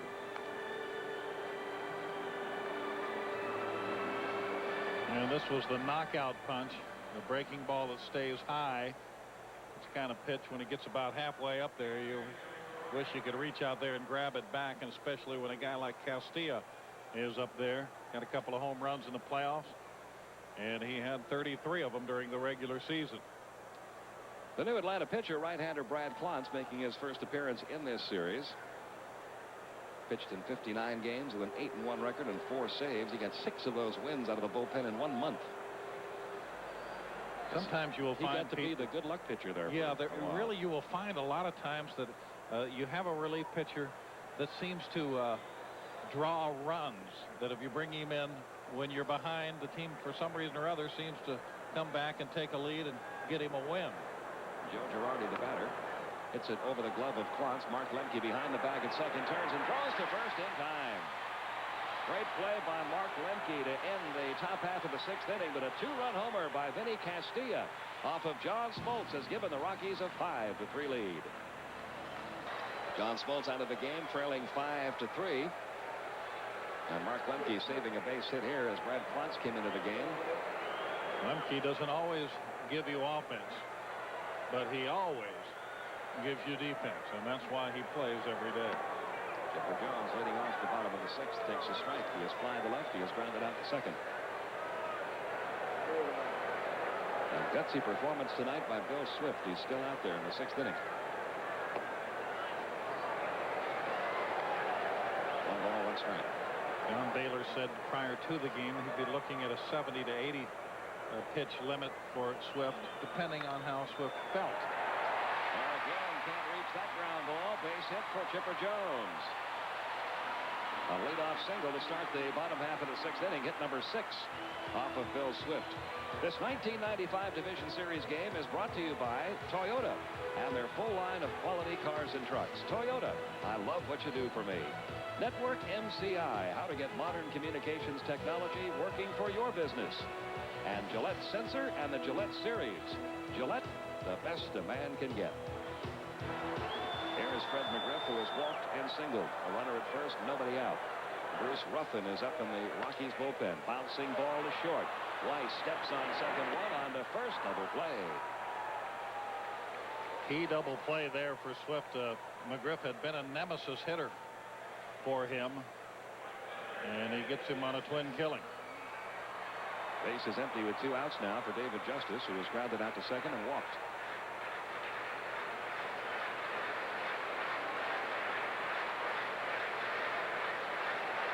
This is not an unusual performance for the Atlanta Braves, and I'll tell you what I mean by that. The Braves all season long had a better road record than home record, just a couple of games better. But in almost every case, Larry, they would come off of a road trip. Let's say they went 5-2 on a road trip. They would come back and lose the first game of the homestand. It happened to them over and over and over again, to the point where Bobby Cox was throwing his hands up in the air saying, I just can't figure out why we can't come home and win that first game. They wondered what those guys were doing when they got home. 2-0, the count on Justice. Ground ball right side, right at Young. And that is it for the Atlanta Braves in the bottom half of the 6th. We'll return with the 1995 Division Series, the Colorado Rockies and the Atlanta Braves, after this.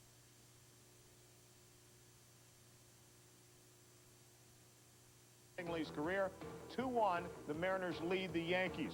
Elsewhere, the Indians and the Red Sox, 3-0. Charles Nagy has the lead, but Mike McFarland out to center field. Kenny Lofton with a nice catch. Slips. The run's going to score anyway. Jefferson trots in. That was with the bases loaded. They get out of the inning, though, with just 1 run. 3-1 in the 6th. Pete and Larry. Okay, thank you, John. Randy Johnson pitching on 3 days rest after winning that game that got the Mariners in the postseason play on Monday. The 2-1 pitch to Walt Weiss is striking the outside corner, and the count 2-2. Weiss has singled and grounded out to second. 5-3, Rockies leading it, top half of inning 7.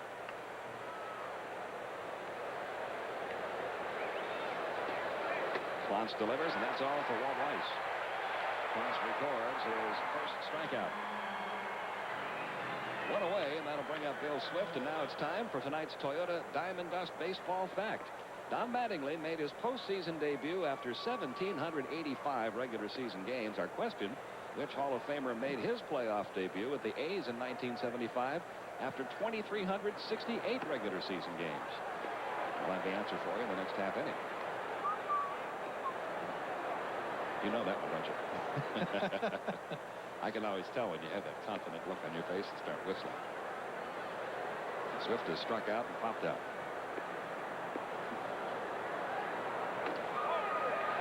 Count 0-2.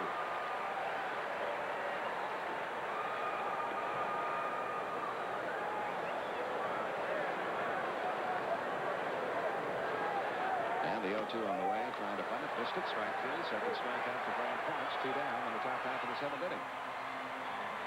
And that'll bring up Eric Young, who back in the 3rd inning with a runner aboard and a count of 1 ball, 2 strikes, facing John Smoltz.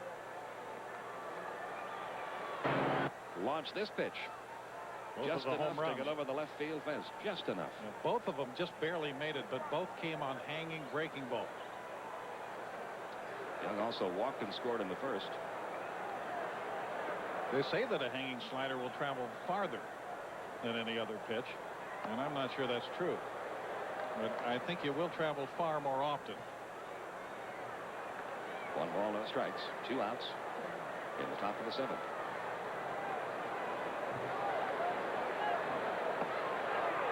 Clance, who throws sidearm all the time, didn't used to. He used to throw overhand. When he was in high school, he was having great success, and every once in a while, when he got 2 strikes on a hitter, he would drop down and throw sidearm. Continued to do that in college, and his coach suggested, why don't you throw that way all the time? Some of your best pitches are made when you throw that way. So he became a full-time sidearm pitcher.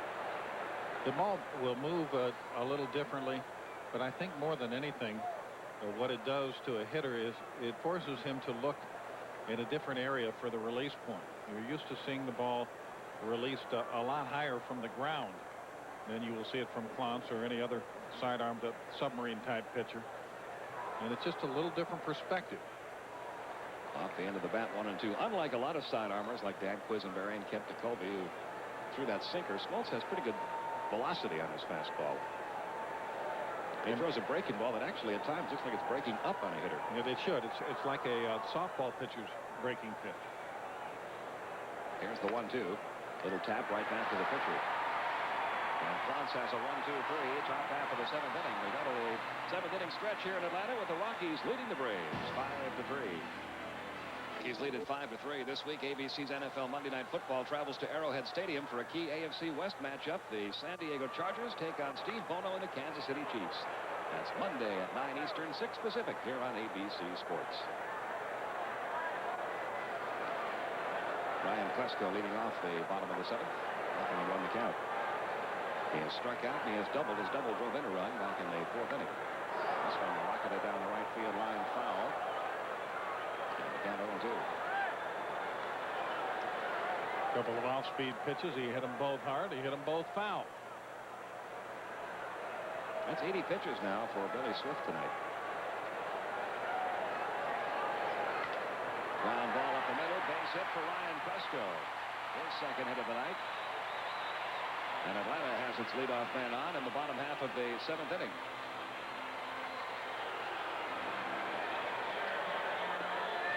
The Rockies bullpen has Steve Reed up again, and that little sign, the tip of the cap, means he's ready. The batter will be Javi Lopez. Grounded out to third in the 2nd inning, singled in 2 runs in the 4th. That at bat for Klesko reminded me of something Dave Roberts once said about Billy Williams, great slugger of the Chicago Cubs. And Roberts said, well, I get Williams out easy. Just throw him 2 changeups inside. He hits him 800 feet foul. And I got 4 shots of the outside corner. This looks like it's going to be the end of the night for Bill Swift. Don Baylor has come out to plate umpire Eric Gregg. And we'll probably get a double switch here. Bill Swift will be leaving this one after working 6 innings facing 1 man in the 7th, but he gave Don Baylor exactly what he wanted. He's got him the lead in the bottom half of the 7th inning. Jason Bates also checking in. We'll be right back.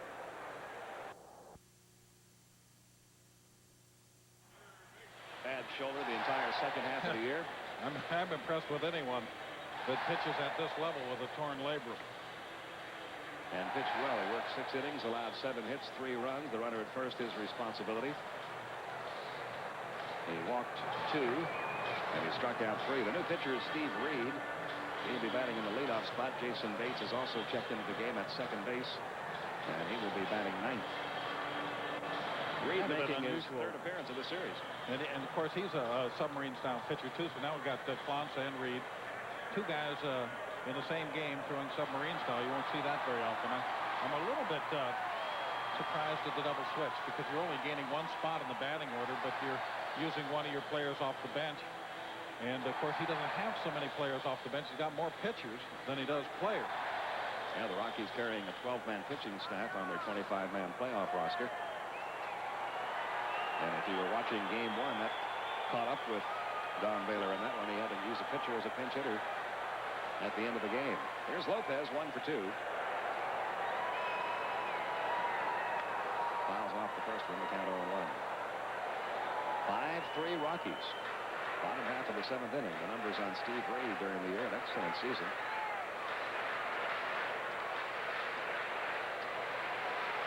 Good strikeout to walk ratio. Lopez had a base hit off him leading off the 6th in game 2 of this series. Here's the 0-1 on the way, and it's high and outside. 1 ball, 1 strike. Something's going on somewhere else. To tell you about it, here's John Saunders. Now, there's plenty going on. The Indians and the Red Sox in the 6th inning. Paul Sorrento at the plate. Eddie Murray is on. Wakefield's knuckleball doesn't fool him. That's a single. Murray comes in to make it 4-1. Sandy Alomar later doubled to score Ramirez to make it a 5-1 game. That's where it stands in the 6th. Yankees and the Mariners. Steve Howe comes on to face Tino Martinez with the bases loaded, and he brings in Vince Coleman with a little single here that only scores the 1 run. But then Jay Buhner comes up with the bases full, and he knocks in another to make it 4-1. A Davis error has allowed another Seattle run to score to make it a 5-1 game. Right now, Seattle is rolling in the 6th inning with a 5-1 lead. Back to you. Okay, thank you, John. Mariners trying to extend that series to a 4th game. It looks like the Cleveland Indians are almost through the first hurdle, Larry. Of course, everyone will remind them of 1954 when they had that fabulous year. 111 wins during the regular season. 111 wins, and until they played the Giants in the World Series, a lot of people were putting them in a class with the 27 Yankees and other teams that have been mentioned as the greatest teams of all time. That is all for Lopez. He's out of there on strikes, 1 down. But the 27 Yankees swept the World Series, and the 54 Indians were swept in the World Series. Here's that breaking ball. Lopez chases it. Yeah, that was the Dusty Rhodes World Series. The Willie Mays catch. Right, off of Vic Wirtz. 1 man out. Plesko still the runner at first, and now with Rafael Belliard due up, Dwight Smith has grabbed the bat. This day 30 years ago was quite a day in World Series history. 20-year-old right-hander by the name of Jim Palmer pitched a shutout for the Orioles and beat Sandy Koufax 2-0. It was the last game Koufax ever pitched. Remember how shocking news that was when Sandy Koufax announced his retirement at such a young age. Well, with the announcement of the left-hand pinch hitter Dwight Smith, here comes Don Baylor out of the Rockies dugout again. And he is going to make the change here, going to left-hander Mike Munoz. So Munoz will come on to face either Dwight Smith or a pinch hitter for him as the Rockies go to their 3rd pitcher. So Steve Reed works after working just 1/3 of an inning and striking out Javi Lopez.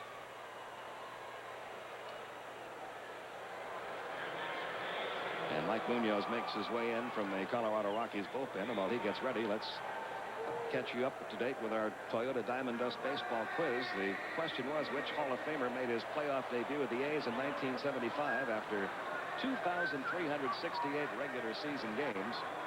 It's a name you were just talking about a couple of moments ago, Larry. From Whistler, Alabama, the Whistler, Billy Williams. All those years with the Chicago Cubs, and finally made it into postseason play as an Oakland A.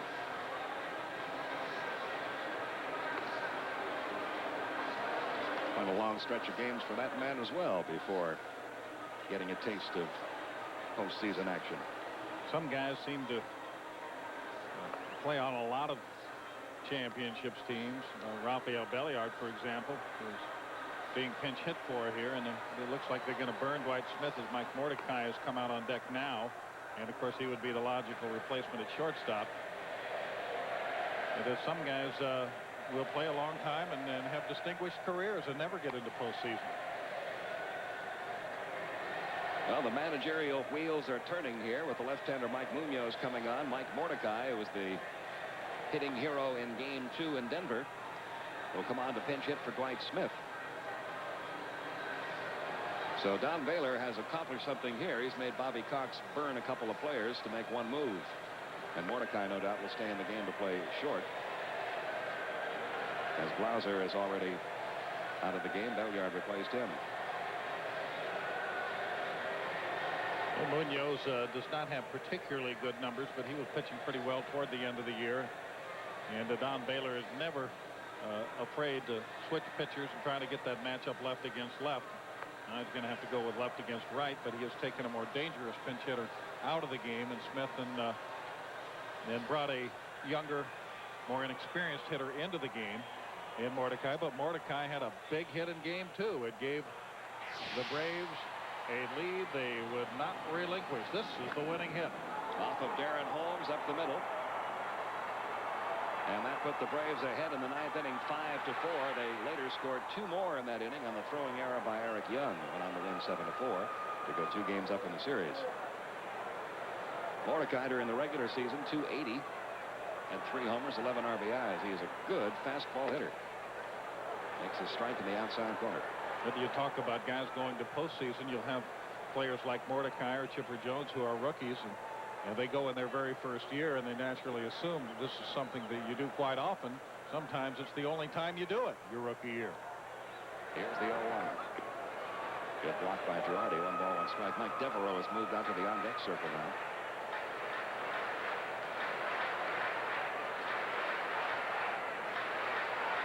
The pitcher spot due up next.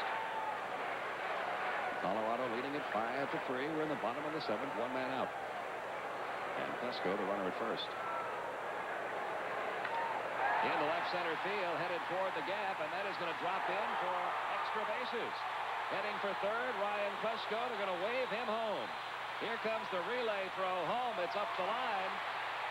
Mike Mordecai strikes again. A pinch hit double to make it 5-4 Colorado. And maybe the Braves have their own version of dusty roads in this series.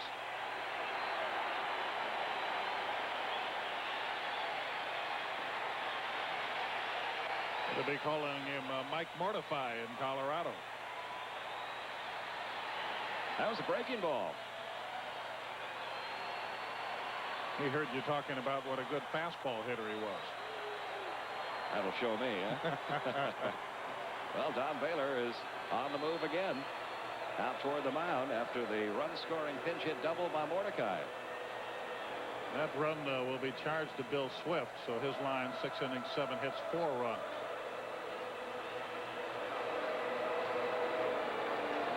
Munoz exits the game after facing just 1 hitter. So the Braves are going to be bringing their 4th hitter of the inning up. And the 4th pitcher of the inning will work for Colorado, Curtis Leskanic, coming on to face Mike Devereaux.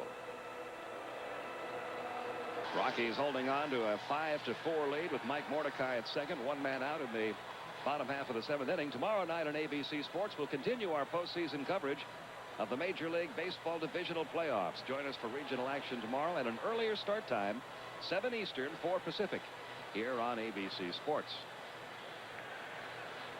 And if the Rockies hold on and send this to a 4th game, the pitching matchup in that 4th game would be Greg Maddux for Atlanta, Brett Saberhagen for the Colorado Rockies. I think a good argument, Larry, and we've heard this from a lot of the participants in this first year of the best-of-5 division series, say it would be a better deal for everybody if it was a 7-game series. And I think what you just saw there, Brett Saberhagen, one of the top pitchers on the Rockies staff, if the Braves come back and win this game, you'll have had an entire series played, first-round playoff series, without one of the Rockies' best pitchers even getting in a game. Now, that is a pretty good argument. That would be a good argument for extending the first round to a best-of-7. There's Devereaux taking a strike in the outside corner. There are all kinds of conceivable setups once baseball expands to St. Petersburg and Phoenix, but one might be for the regular season to be somewhat shorter to enable a 7-game playoff in the first round. Leskanic delivers and misses outside. Curtis Leskanic, another one of the very active and busy relief pitchers on this Colorado staff, pitching in his 3rd game. He was the losing pitcher in game 1.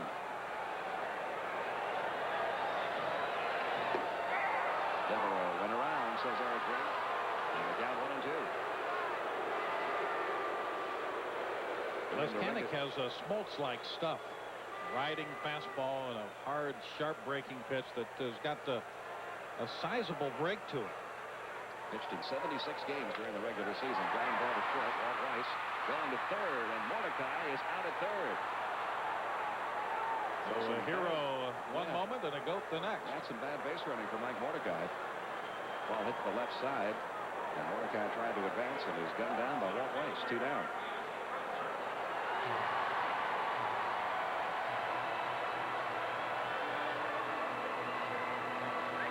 That's a play if you're the runner at second, Larry. You've got to be absolutely 100% sure you can make it to throw in a ball hit there. More and more you see base runners trying to advance on a ground ball to short, and that is because they find that if the shortstop has to move laterally, he generally doesn't try for the tag play. But he did not have to move laterally on that ball, and it was hit with some pace. It was an easy play. So Mordecai cut down at third. Devereaux the runner at first with 2 outs now. Marquise Grissom the batter. He's 2 for 3, a pair of singles. And he is 6 for 14 now in the series. Takes a breaking ball strike, 1 ball, 1 strike.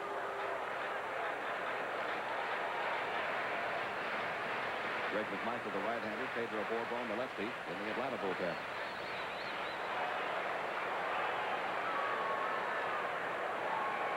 Here's the 1-1. Hot foul, back out of play. The Rockies would start with Kingery.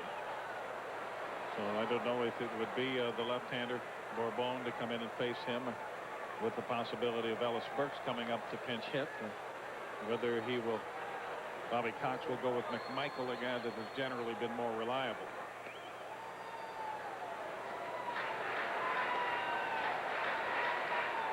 Still a ball and 2 strikes on Grissom. 2 outs, bottom of the 7th. Rockies leading it now 5-4. Again to first, again Grissom back safe. Or I should say Devereaux back safe. It's generally a base stealing situation with 2 outs in the inning. But the count does not favor a base stealer, 1 and 2. Now the 1-2 on the way, and it's popped foul again by Grissom out of play. Still a ball and 2 strikes.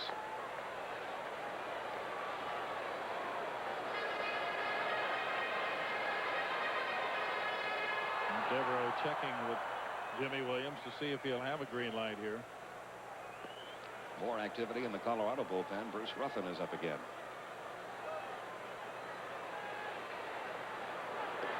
Ooh, someone got away from Moskowitz, and a good save by Joe Girardi. The Colorado Avalanche may be interested in Mr. Girardi as a goaltender after that one. And Bruce Ruffin tuning it up now for Don Baylor. Devereaux has had as many as 22 steals in a year. He had 8 this year. He's not a primary base stealer. If you don't pay attention to him, he'll go. Doesn't matter. Marquise Grissom down on strikes. And Moskowitz gets out of the inning, preserving the Colorado Rockies lead. It's now 5-4. 5-4 Colorado. We go to the top half of the 8th inning. Atlanta goes to their 3rd pitcher of the night, left-hander Pedro Bourbon. He appeared in 41 games during the regular season. Record of 2-2, ERA 3.09. He's the son of former Cincinnati Reds relief ace Pedro Bourbon.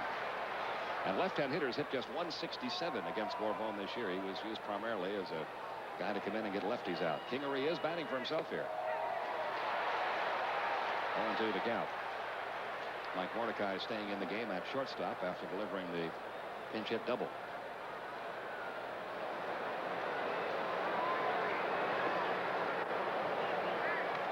Fouled off by Kingery, still 0-2. Kingery 0 for 2 tonight. But Bourbon with that real long-armed whip style coming down around sidearm would be very disconcerting to a left-handed batter. And that's it for Kingery. Had a bad swing at that pitch. 1 down. Kingery has given way to Burks in the everyday lineup, so he hasn't been looking at too many left-handed pitchers lately anyway. But Burks apparently does have a sore shoulder that prevents him from even pinch hitting, because otherwise they probably would have sent him up. And Kingery goes down. Now Dante Bichette, 2 more hits tonight. He's 2 for 3. And now 7 for 11 in the series. Pair of singles tonight.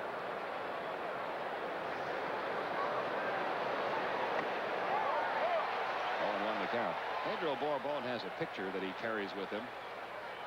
Back during the days of the Big Red Machine, it was taken on one of those Kids' Day games in the dugout.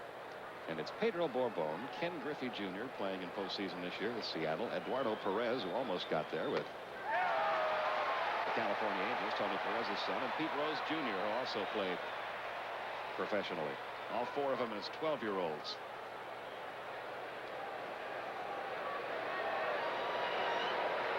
The 0-2. High and away, 1 ball, 2 strikes. When the Big Red Machine had those father and son games, they had to play hard to win. Yes, they did. Had some talent out there. Here's the 1-2 on the way. This is outside, 2-2. Right-handed batters against Pedro Borbon this year, batting .278. More than 100 points higher than the lefties have hit him. Yeah, that release point he's got does not bother a right-handed batter at all. Here's the 2-2. Foul back, still 2-2 on Bichette. 5-4 Rockies in the top half of the 8th. And we're going to take a look at that arm action. You can see the arm is fully extended and out to the side. Here's the 2-2. Taken high, and the count full now, 3-2. If you're a left-handed batter, it looks like he's throwing that pitch from behind you.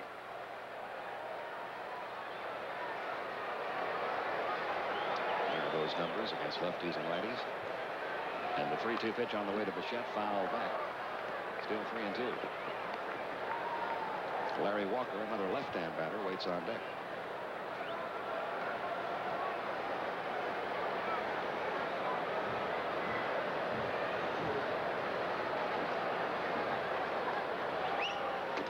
Struck him out with a high fastball.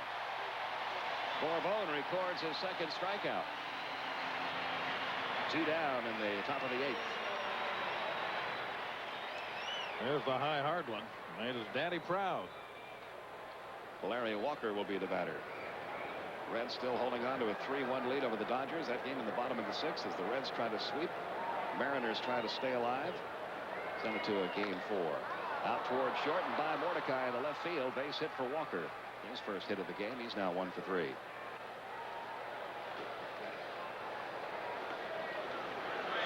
And that'll bring up Andres Galarraga. Cleveland's just about got their first round of work completed. There's the curse of the Bambino continues in effect.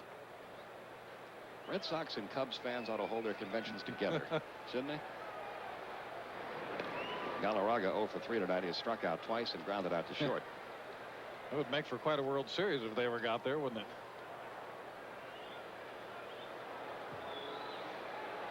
Of course, the Red Sox have been to the World Series. They just have lost it. The Cubs haven't even been in a long time. And a long drought, and it's kind of ironic. This is the year that the wild card situation all kicked in. If the old divisions had been in place, the Chicago Cubs would have won the National League East this year and been in postseason play.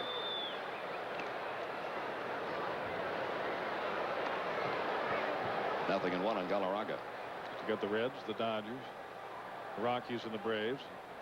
All would have been in the Western divisions, right? Runner going. The pitch is fouled away by Galarraga, and Walker will have to return. Walker had 16 steals during the regular season and probably could have had more, but when you've got sluggers like Galarraga and Castillo hitting behind you, you really don't like to take a lot of chances. There's not much that man Larry Walker can't do. Hit for average, hit for power, a terrific outfielder, great throwing arm, good speed.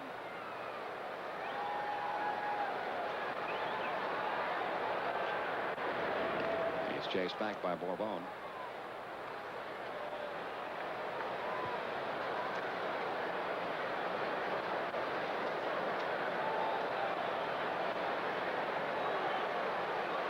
Runner goes again. The pitch is a little bit outside. No throw by Lopez. Stolen base for Larry Walker. Count goes to 1-2 now on Galarraga. Bobby Cox, you could read his lips there. He said, wasn't that a strike?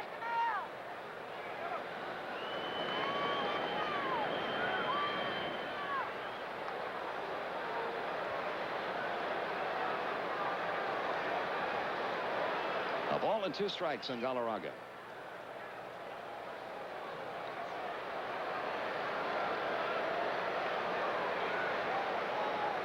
The 1-2. They appeal to first. Frank Pulley says, yes, you did. And Pedro Borbon strikes out the side with a single by Larry Walker in between. We go to the bottom half of the 8th inning. Rockies up by 1. With a 3-1 deficit, and just like that, Mark Lewis with the bases loaded, the grand slam makes it a 7-1 lead. The Reds trying to roll to the sweep over the Dodgers. We'll keep you up to date. They're only in the 6th. Back to Pete and Larry. Okay, John, looks like the Reds and the Cleveland Indians about to wrap things up. The Atlanta Braves would like to, but they trail by a run here in the bottom half of the 8th inning. 1 ball, 1 strike on Mark Lemke. Well, the all-Ohio theme seems to be alive. That would be a very attractive matchup. 2-1 the count on Mark Lemke. Lemke tonight is grounded out to third, grounded out to short, and struck out. 2-2 the count. Curtis Leskanik, the 4th pitcher to work tonight for Don Baylor. Got 2 big outs to get out of the bottom half of the 7th inning, still with a 1-run lead. Bouncing ball to the right side. Jason Bates on the first, 1 out. And that'll bring up Chipper Jones, who tonight is flied to left, grounded out to second, and singled. In game 1, top half of the 9th inning with 2 outs, Chipper Jones homered off Curtis Leskanik. He won't do it again. Not this time. Don Baylor is going to go to the left-hander Bruce Ruffin. So Leskanik works an inning, retires all 3 hitters he faces, striking out 1. And now it'll be Bruce Ruffin, the 5th pitcher to work in the game for the Rockies. This is what a lot of teams do against Atlanta. They bring in the left-hander, even though Chipper Jones is a switch hitter, because Chipper's power much more evident as a left-hand batter this year than it has been as a right-hand hitter. He only hit 3 home runs right-handed. And with 1 out and the bases empty, Chipper Jones will be facing Bruce Ruffin. Sunday at 4 Eastern, 1 Pacific. It's a special edition of ABC's Wide World of Sports. Shannon Miller and our country's best go head-to-head with the world's top stars at the World Gymnastics Championships from Japan. That's Sunday here on ABC Sports. Sellout crowd here at Atlanta Fulton County Stadium tonight. A beautiful night. It has not been such a good week of weather here in Atlanta. The remnants of Hurricane Opal hit this town very hard, toppling trees. About 200,000 homes were without power for a while. Some still without power as they try to catch up. But the weather cleared beautifully for tonight's game. The numbers on Bruce Ruffin, who was on and off the disabled list this year. But when he was off, as you can see, he did good work. Low ERA, hits way below innings. A little bit wild, but with a lot of strikeouts. He throws hard, upwards of 90 miles an hour. He's got a good hard slider. So it'll be Ruffin facing Chipper Jones as the Colorado Rockies try to take this to a 4th game. Only 3 teams have come back from 0-2 playoff deficits to win. But no team has ever lost the first 2 games at home and then come back to win a series, as the Rockies are trying to do here. So now you have the left-hander Ruffin against the switch hitter Jones, and that favors the Rockies. But even more favorable, McGriff is on deck, and then Justice in the hold. And the pitch to Chipper Jones had a good swing there, fouls it back to count 0-1.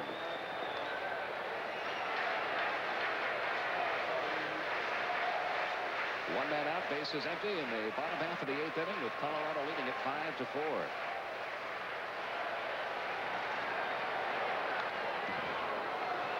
And it's 0-2 on Chipper Jones.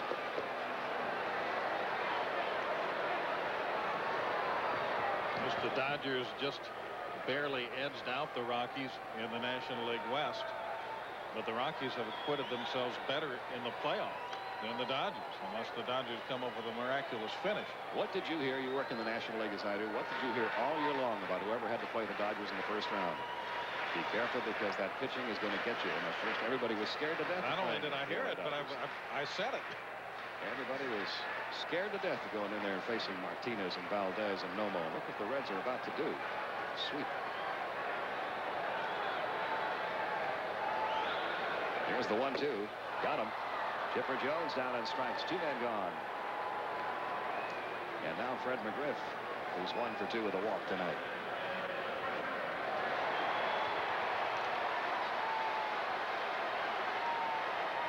Fastball just off the corner, far enough out to where Jones couldn't reach it, but close enough to the corner where he had to try. 2 outs, base is empty. Here's McGriff. A walk, a single, and he grounded into a 6-3 double play. 1 ball, no strikes.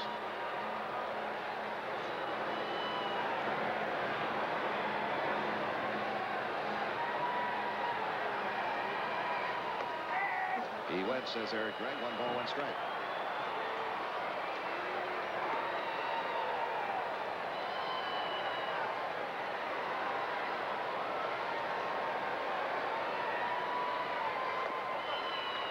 That misses down low. 2-1.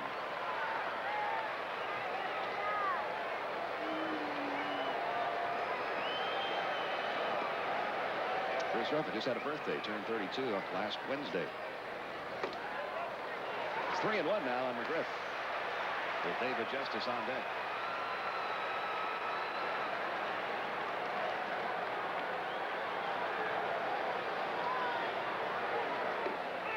Inside corner, throws the count 3-2.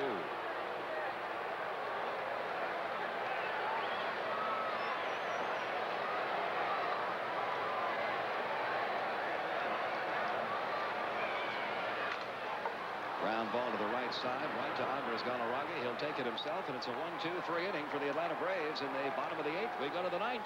Colorado Rockies still leading by 1. This copyrighted telecast is presented by the authority of the Office of the Commissioner of Baseball and may not be reproduced or retransmitted in any form without express written consent from the Office of the Commissioner. And as we go to the 9th inning, let's take a look at tonight's MCI proof positive replay. It came back in the 6th inning with the score tied 3-3. Vinny Castilla at the plate. 2-run homer. And that's the difference in the ball game right now. The Rockies holding on 5-4. New pitcher for Atlanta is Greg McMichael.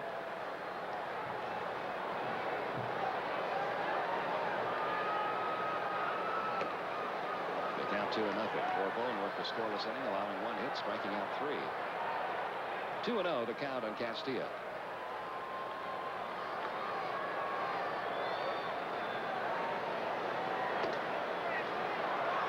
Now 3-0.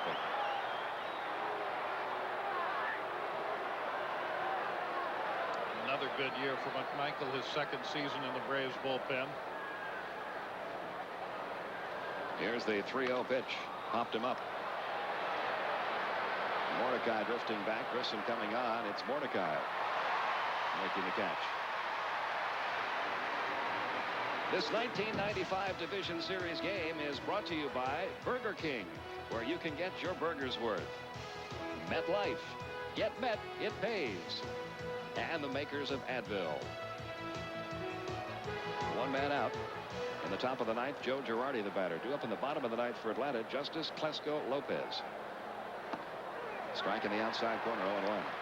Girardi 0 for 3. He's thrown out 2 base stealers tonight.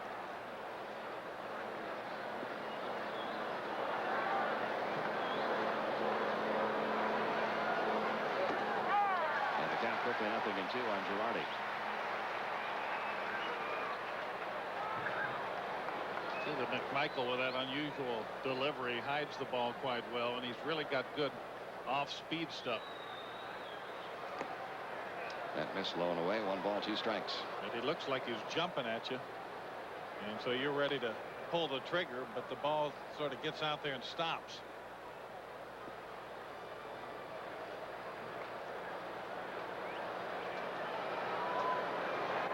Now the 1-2 pitch on the way.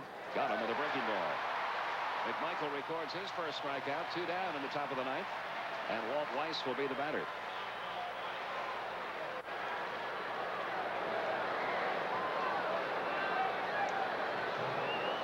It's that off-speed pitch. I think it's a circle change that he throws. It's got good downward movement. 2 men out. Walt Weiss 1 for 3. Had a single, stole a base, came around to score a run.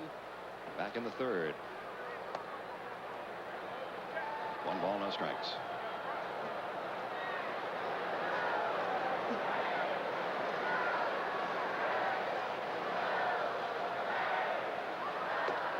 That's all. It's 1-1 now on Weiss.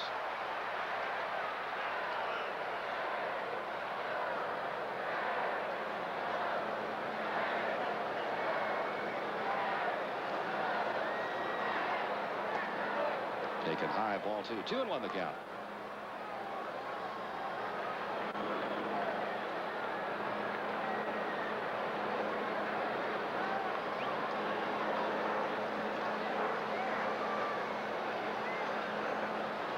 Here's the 2-1 delivery. That evens the count. 2-2. Another changeup.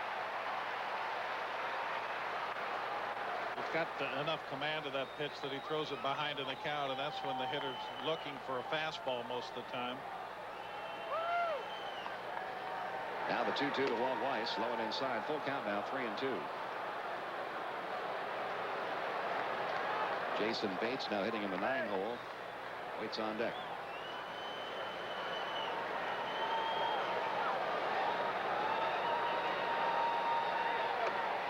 And he walked him.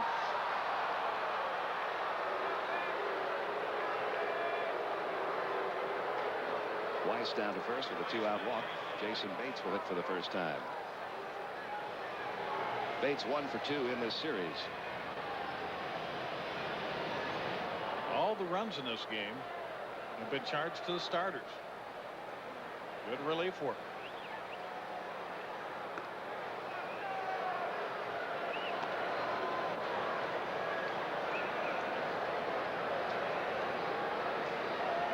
Colorado leading it by 1 here in the top half of the 9th inning, trying to send it to a 4th game tomorrow night.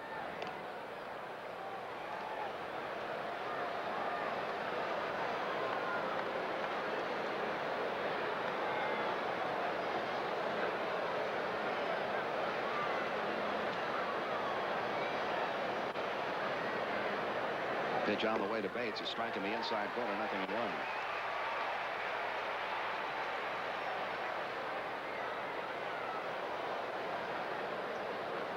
2 men out. Walt Weiss, the runner at first.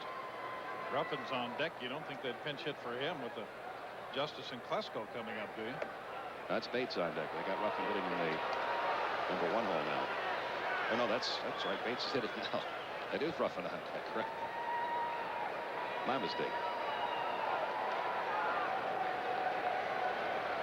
The 1-1. Fly ball, well hit right field. Back goes Justice, just shy of the track. He's got it. And that is all for Colorado in the top half of the 9th inning. So Greg McMichael gets him out. But remember, the Atlanta Braves have rallied in the 9th inning twice in this series to win games 1 and 2 in Colorado. They did it 25 times during the regular season. And the fans here, a sellout crowd of 51,300, really believe in 9th inning miracles. We go to the bottom half of the 9th inning. David Justice, Ryan Klesko, and Javi Lopez due up against Bruce Ruffin.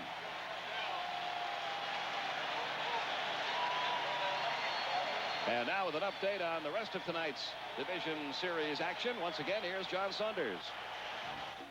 All right, Pete and Larry, as we wait to see if the Braves can pull off the 9th inning heroics again, the Yankees and the Mariners, and it's falling apart for New York. Randy Velarde fielding this fly ball from Tino Martinez. Coleman can't score, but the throw gets away from everyone. So Coleman trots in, and right now Seattle in command. They'll keep this series alive. It looks like 7-2 in the 8th inning. Indians and the Red Sox.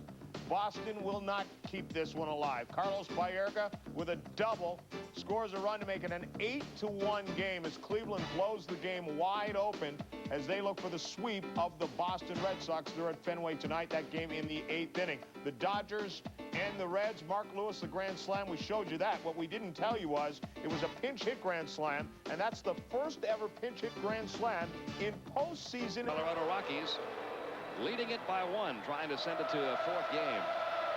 Ruffin on the mound. Darren Holmes in the bullpen.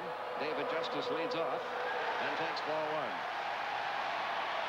Justice has grounded out to second twice, and he has walked. Foul back. 1 ball, 1 strike. What a huge step this would be for the Colorado Rockies. There's Darren Holmes getting ready, no doubt, for Javi Lopez doing 3rd in the inning. Here's the 1-1. That's high. 2-1.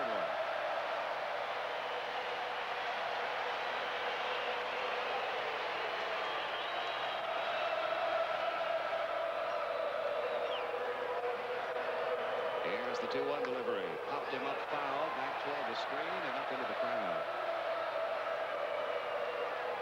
2 balls, 2 strikes on Justice.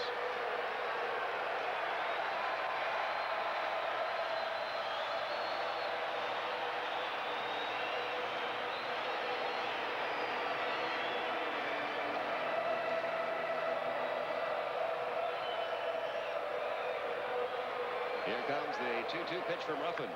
Popped up foul again. Vinny Castile, Girardi both giving chase, but again it's up into the seats. It's still 2-2.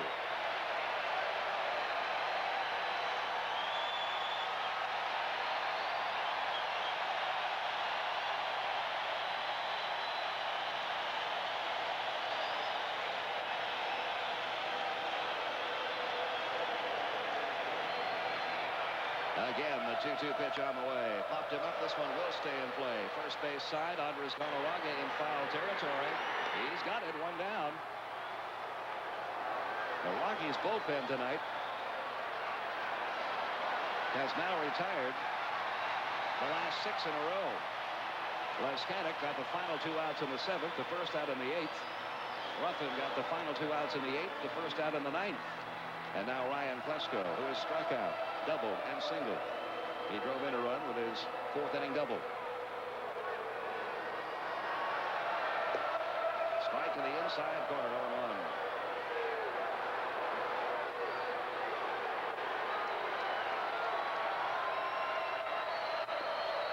Here's the 0-1 delivery. Grounded foul in the count, 0-2 on Klesko.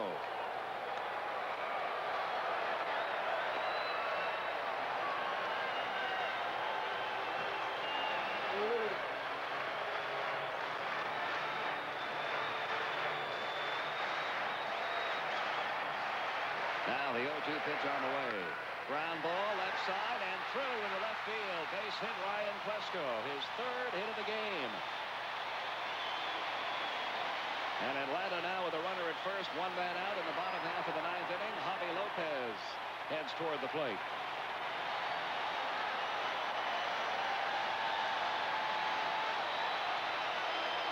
The reaction of Ted Turner and Jane Fonda when Ryan Klesko's ball gets by the shortstop.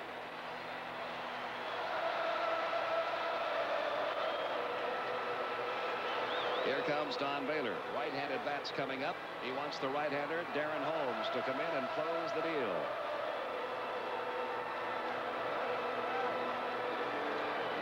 So Ruffin will leave after working 1 inning, giving up 1 hit, and recording 1 strikeout. Darren Holmes becomes the 6th pitcher to work in the game for the Rockies. He was on the mound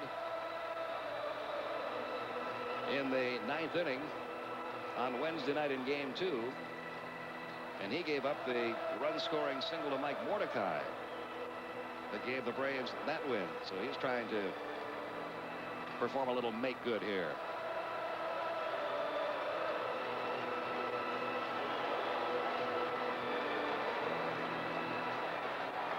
One man out, 1 man on. The new pitcher, Darren Holmes, will be facing Javi Lopez. The executive producer of ABC Sports is Jack O'Hara. Coordinating producer of the Baseball Network, John J. Filippelli. Coordinating producer for ABC Sports, Kurt Gowdy Jr. The Vice President of Operations for the Baseball Network, Ed Delaney. Studio producers, Lance Garrett and Bill Graff. Studio director, Rick Piva. Tonight's game produced by Jim Zrake, directed by Jim Lynch. Our associate directors, Lou Frew and Charlie Hole. Our technical director, Scott McQuaid. Our assistant to the producer, Matt Lipp. And the coordinating production manager, Russ Gabay.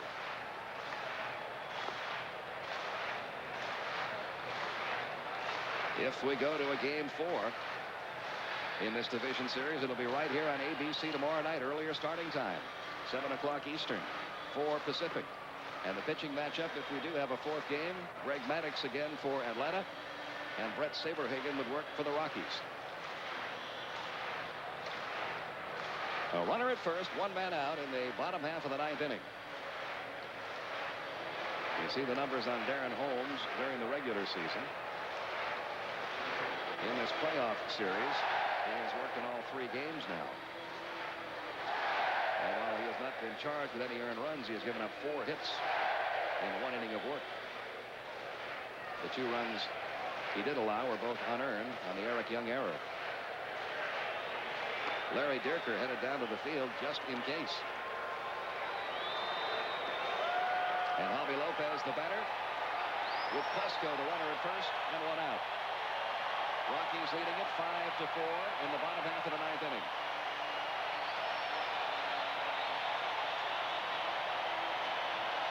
Lopez drove in 2 with a single back in the 4th inning. He's also grounded out and struck out.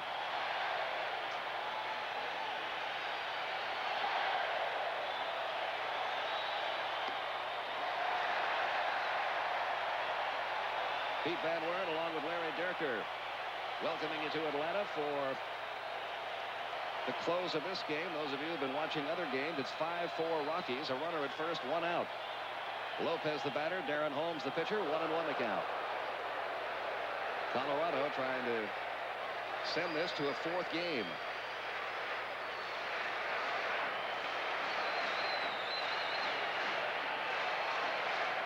Darren Holmes, the 6th pitcher to work tonight for the Rockies, throwing to first. Plesko back safely.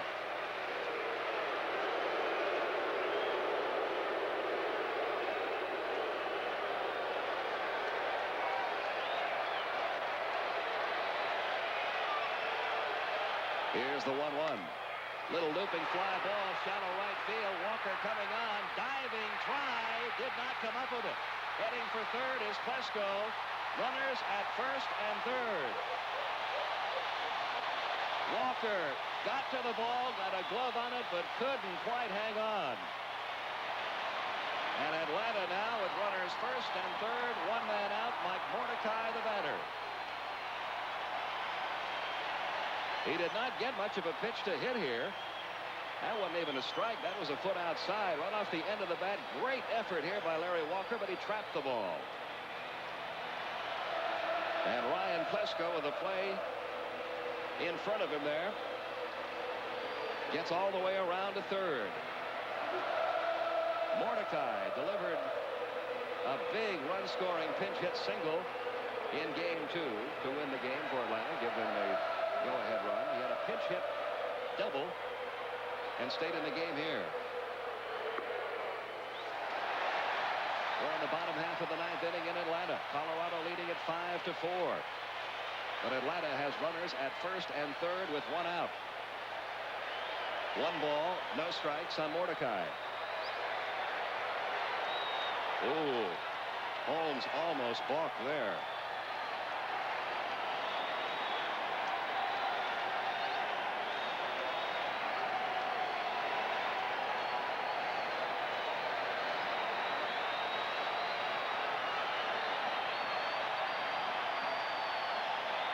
Here's the 1-0 pitch.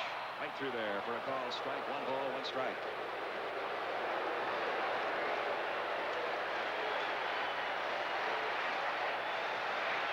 Luis Polonia has moved on deck. Plesko, the potential tying run at third. Lopez, a potential winner at first. Breaking ball outside. 2-1 to Mordecai.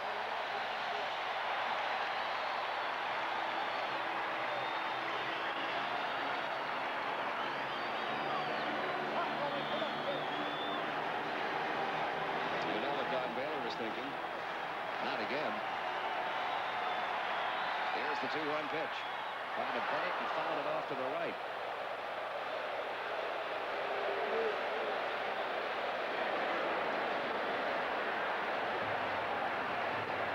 Down 2-2.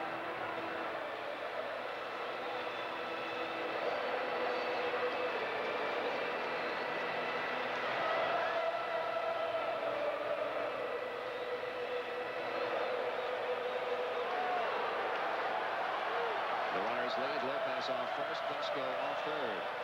Here's the 2-2 pitch to Mordecai. A little bit low. And that fills the count 3-2.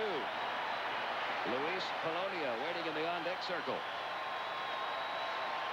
No activity in the Rockies bullpen.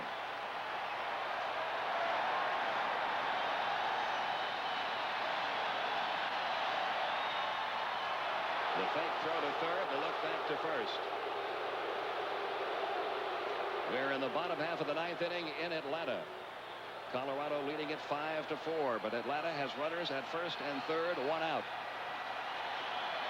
Here's the 3-2 pitch. Fly ball hit out to shallow left field. Bichette coming on, makes the catch. Klesko's coming halfway down, going back. And that's a big second out for Darren Holmes. And now Don Baylor is going to come out to the mound, not to make a change this time, but probably to review the scouting report on Luis Polonia, who will come on to pinch hit for Greg McMichael.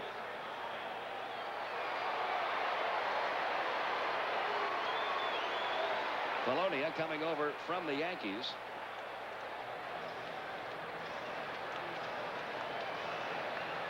Hit .264 for Atlanta.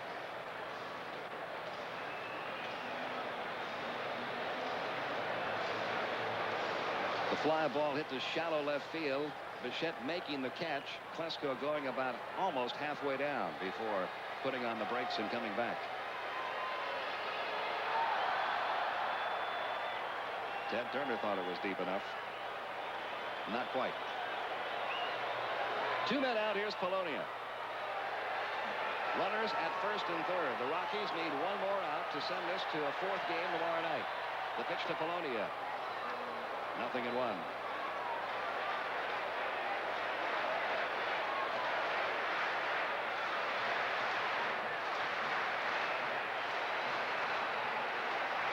Polonia as a pinch hitter for Atlanta this year was 8 for 18. A .444 pinch hit average. The 0-1 pitch. Fouled away. The count 0-2. Billy Swift worked the first 6 innings of this game. Left with a 5-4 lead. A gutsy performance by the starting pitcher for the Rockies with that ailing shoulder. And now if Darren Holmes can get one more out, Billy Swift will be the first Colorado pitcher to ever win a postseason game. 0-2 on Polonia.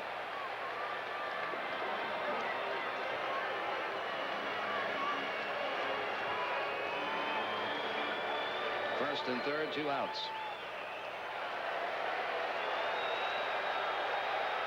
Here's the 0-2 pitch. Fly ball, shallow left field. Bichette coming on, can't get it. Base hit. Klesko scores.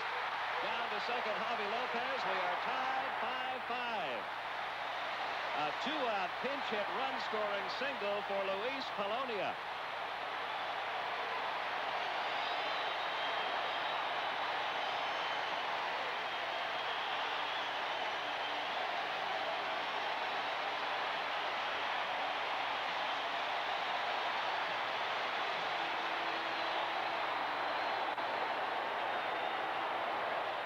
A breaking ball.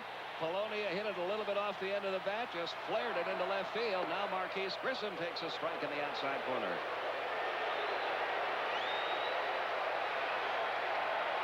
They knew it all along. 5-5, bottom of the ninth. Lopez at second. The 0-1 pitch to Grissom fouled off the count, 0-2. That was an 0-2 pitch that Polonia hit into left field for the base hit to tie up this game. And you see the reaction of Luis Polonia with 2 outs in the ninth inning. He's at first. Lopez, a potential winning run, down at second. The 0-2 pitch to Marquise Grissom. Ground ball. Funny hop. Walt Weiss has it. Goes to second in time for the force. But the Atlanta Braves, rebounding again in the ninth inning, have tied this game up. We go to extra innings in Atlanta.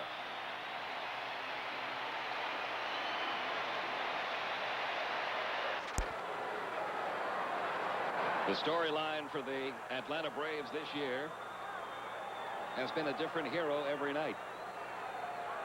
And the latest is Luis Polonia with 2 outs and a count of 0-2. A little flare drops into left field to score Ryan Klesko and tie the game. And send it now into extra innings. And he is the newest Atlanta hero. Now we go to the 10th inning. Mark Wohlers is on the mound. John Vanderwall up to pinch hit. set a new major league record this year with 28 pinch hits. In this series is 0 for 2. Wohlers recorded saves in each of the first 2 games in this series. Swing and a miss at that fastball. The count 0-2.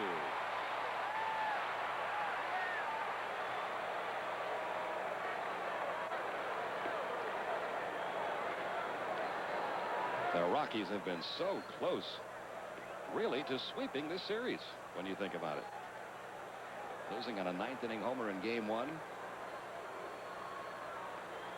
Seeing the Braves rally for 4 in the 9th inning in game 2. And now seeing the Braves tie it up in the 9th inning in game 3.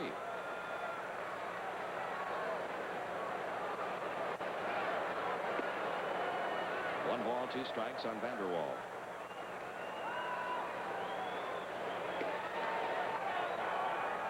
Kingery will follow, and then Dante Bichette.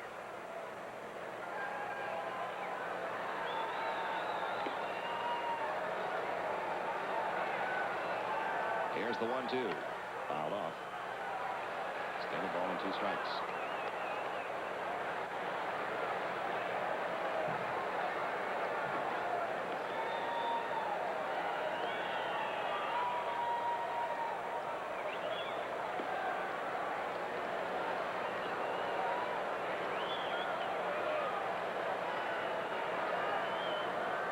Nobody on or out in the top half of the 10th inning in a 5-5 ball game.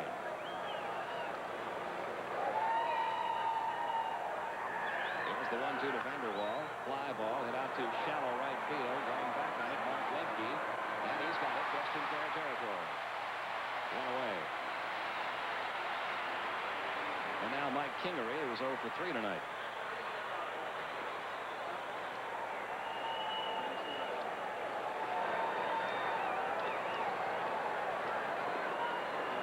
Kent Merker has gotten up in the Atlanta bullpen.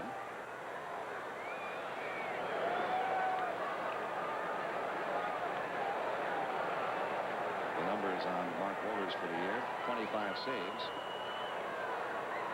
And he was a month into the season before he really became the closer on this ball club. 90 strikeouts in 64 2/3 innings. That 100-mile-an-hour fastball of his. No one inside, ball 1.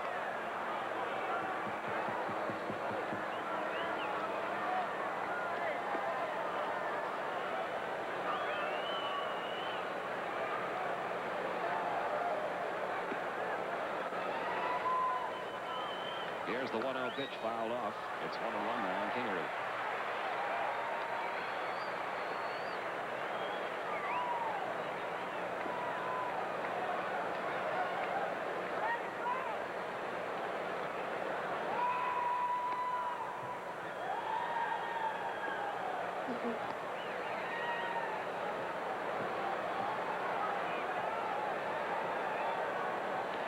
One man out, base is empty.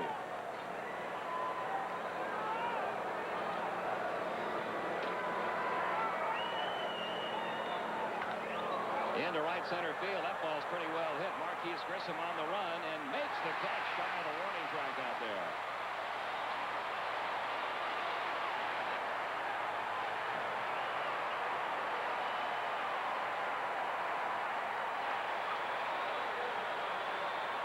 Two men gone. A nice running catch by Marquise Grissom in deep right center field. And the batter now is Dante Bichette, who has singled twice and struck out twice. He has had the hot bat for the Rockies in this series, 7 for 12, but has yet to homer or drive in a run. And he led the National League in both those categories. 2 outs, base is empty.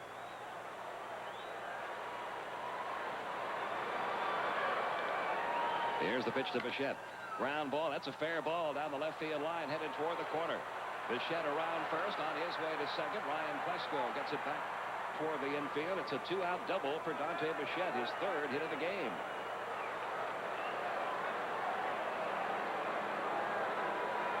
Hit number 7 for Colorado. And the batter will be Larry Walker. And the right-hand batter, Andres Galarraga, due up next. They may walk Larry Walker. Not expecting Bichette to pull. You can see how far off the line Chipper Jones was playing. And Bichette gets it right down the third base line. And now we are going to get the intentional walk. to Larry Walker, putting runners at first and second. He'll pitch instead to Galarraga.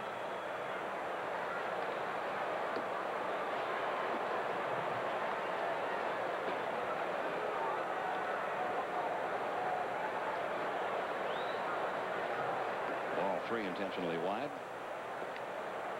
And Andres Galarraga will get a chance to hit with runners first and second and 2 outs.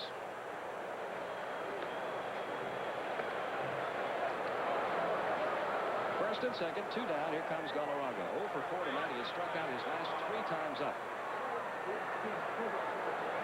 Twice against Smoltz, once against Bourbon.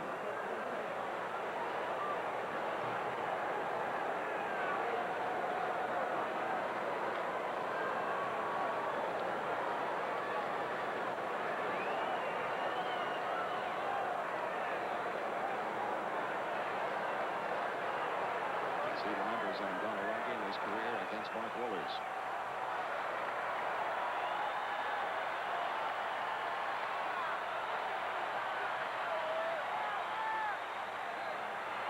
And the pitch on the way is a strike in the outside corner, nothing in run.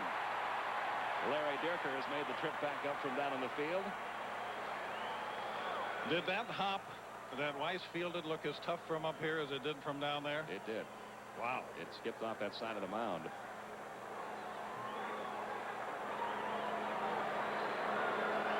Top of the 10th, runners first and second, 2 outs. And the 0-1 delivery. Ground ball, deep short, and by Mordecai into left field. Here comes Bichette around third, heading home. The throw by Ryan Plesko won't get him. And the Colorado Rockies have forged back in front, 6-5, on a 2-out run-scoring single by Andres Galarraga. Moving around to third, Larry Walker. So the Rockies grabbing the lead here in the top of the 10th. That looked like the split finger pitch that he hit. Yeah, it sure did. And Galarraga turned it over with top spin, and that's what helped get it through there.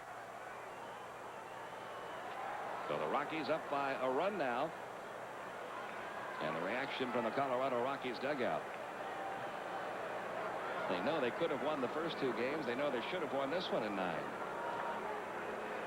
And now they've got the lead back in the 10th. Here's Vinny Castilla. In the dirt, good stop by Lopez. That was an unbelievable stop. That would have gotten another run in if Lopez does not make that stop.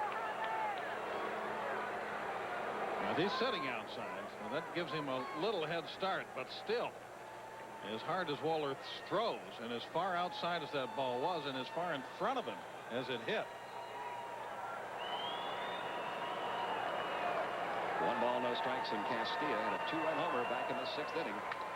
Lines this one into right field, and that's going to fall for a base hit. In to score, Larry Walker. And the Rockies now lead it 7-5, and all of this happening after 2 were out in the inning. Third RBI of the night for Vinny Castilla. And Bobby Cox on his way to the mound. Mark Wohlers got the first 2 outs in the inning, then gave up the double to Bichette, the intentional walk to Larry Walker, and then run-scoring singles by Andres Galarraga, and now Vinny Castilla.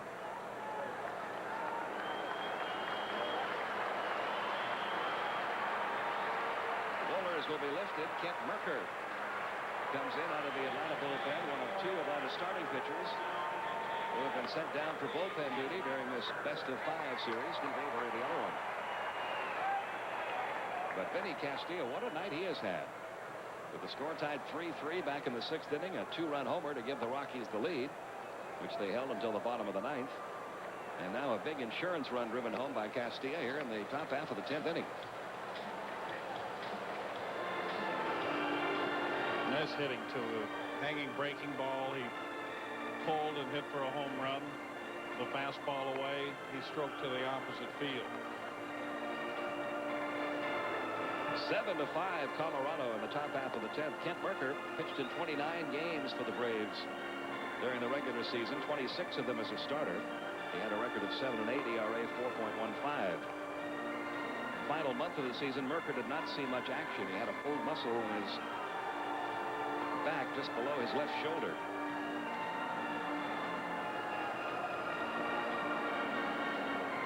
He'll be facing Joe Girardi here with runners at first and second, 2 men out. If the Rockies hang on to this lead, Game 4 tomorrow night here on ABC, 7 o'clock Eastern, 4 o'clock Pacific, with Brett Saberhagen and Greg Maddux, the scheduled pitchers. Not a bad little matchup. Pretty good one. Couple of Cy Young Award winners. That will be tomorrow night if Colorado holds on here. Dante Bichette, the guy that got this rally started with 2 outs. He doubled down the left field line. He now has 3 hits and 5 at-bats in this game, 8 hits in 13 at-bats in this series. And Greg Maddux realizing now that he may be out there tomorrow night facing this Rockies team. He doesn't look too disturbed by that thought. He never looks too disturbed. Although he will be pitching on 3 days rest, which he hasn't done. Here's Merker's pitch to Girardi, and he pops it foul, first base side up into the seats. Due up in the bottom half of the 10th inning for Atlanta, Lemke, Jones, McGriff. Bobby Cox said prior to this series that he would use Steve Avery only to start an inning, but that he would bring Kent Merker in to the middle of an inning, and that's exactly what he has done in this series. That's because Merker had previous bullpen experience. He came up to the Braves in the first couple of years, pitched out of the pen. 1 ball, 1 strike.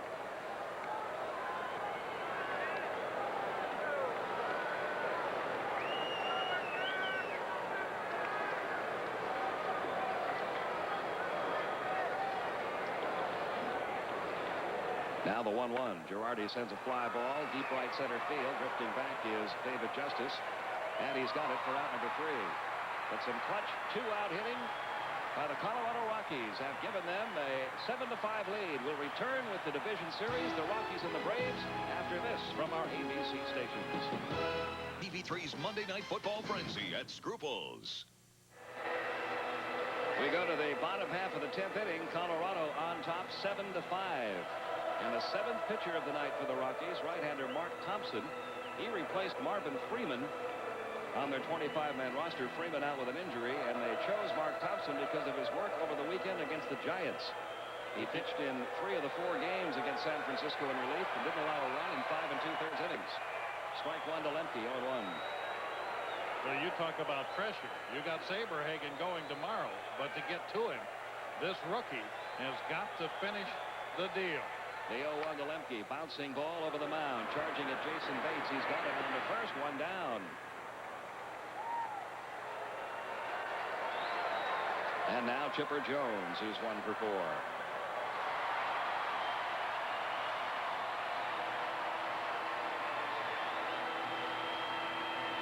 Mark Thompson spent a good part of the year in AAA with Colorado Springs. He was a 2nd-round draft pick by the Rockies back in 1992.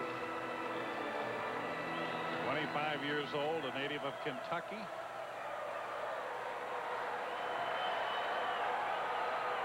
The pitch on the way to Chipper Jones, low and away. 1 ball, no strikes. 1 man out, base is empty. Rockies leading it 7-5, bottom half of the 10th inning.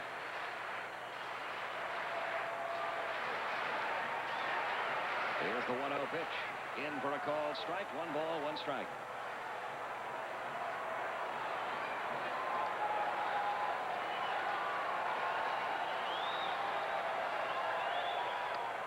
That's low.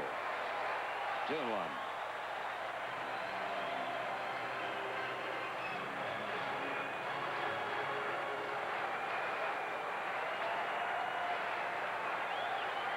Here's the 2-1 on the way, and it's popped foul. Back on a play, 2-2.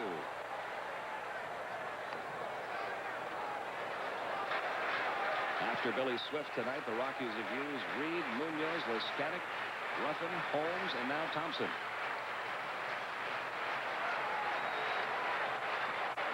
Here comes the 2-2 pitch. Driven foul down the left field line. Still 2-2.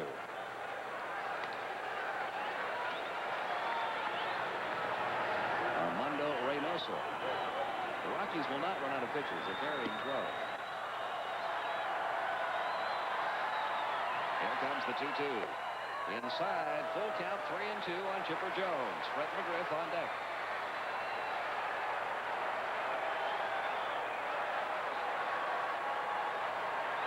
Now the 3-2 on the way to Tipper Jones. Ground ball right to the first baseman, Galarraga. Throwing to Thompson, covering, 2 down. And the Rockies need one more out to extend this series to a 4th game tomorrow night.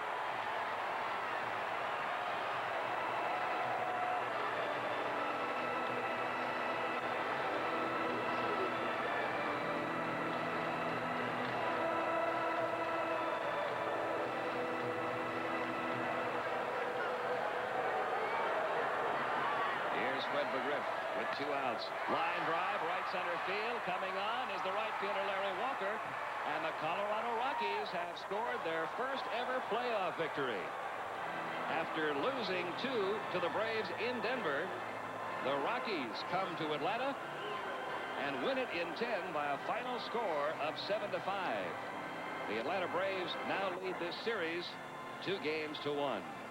Rockies winning it 7-5. Tonight's Chevrolet player of the game is Andres Galarraga. His run-scoring single in the 10th inning broke the 5-5 tie and turned out to be the game-winning hit.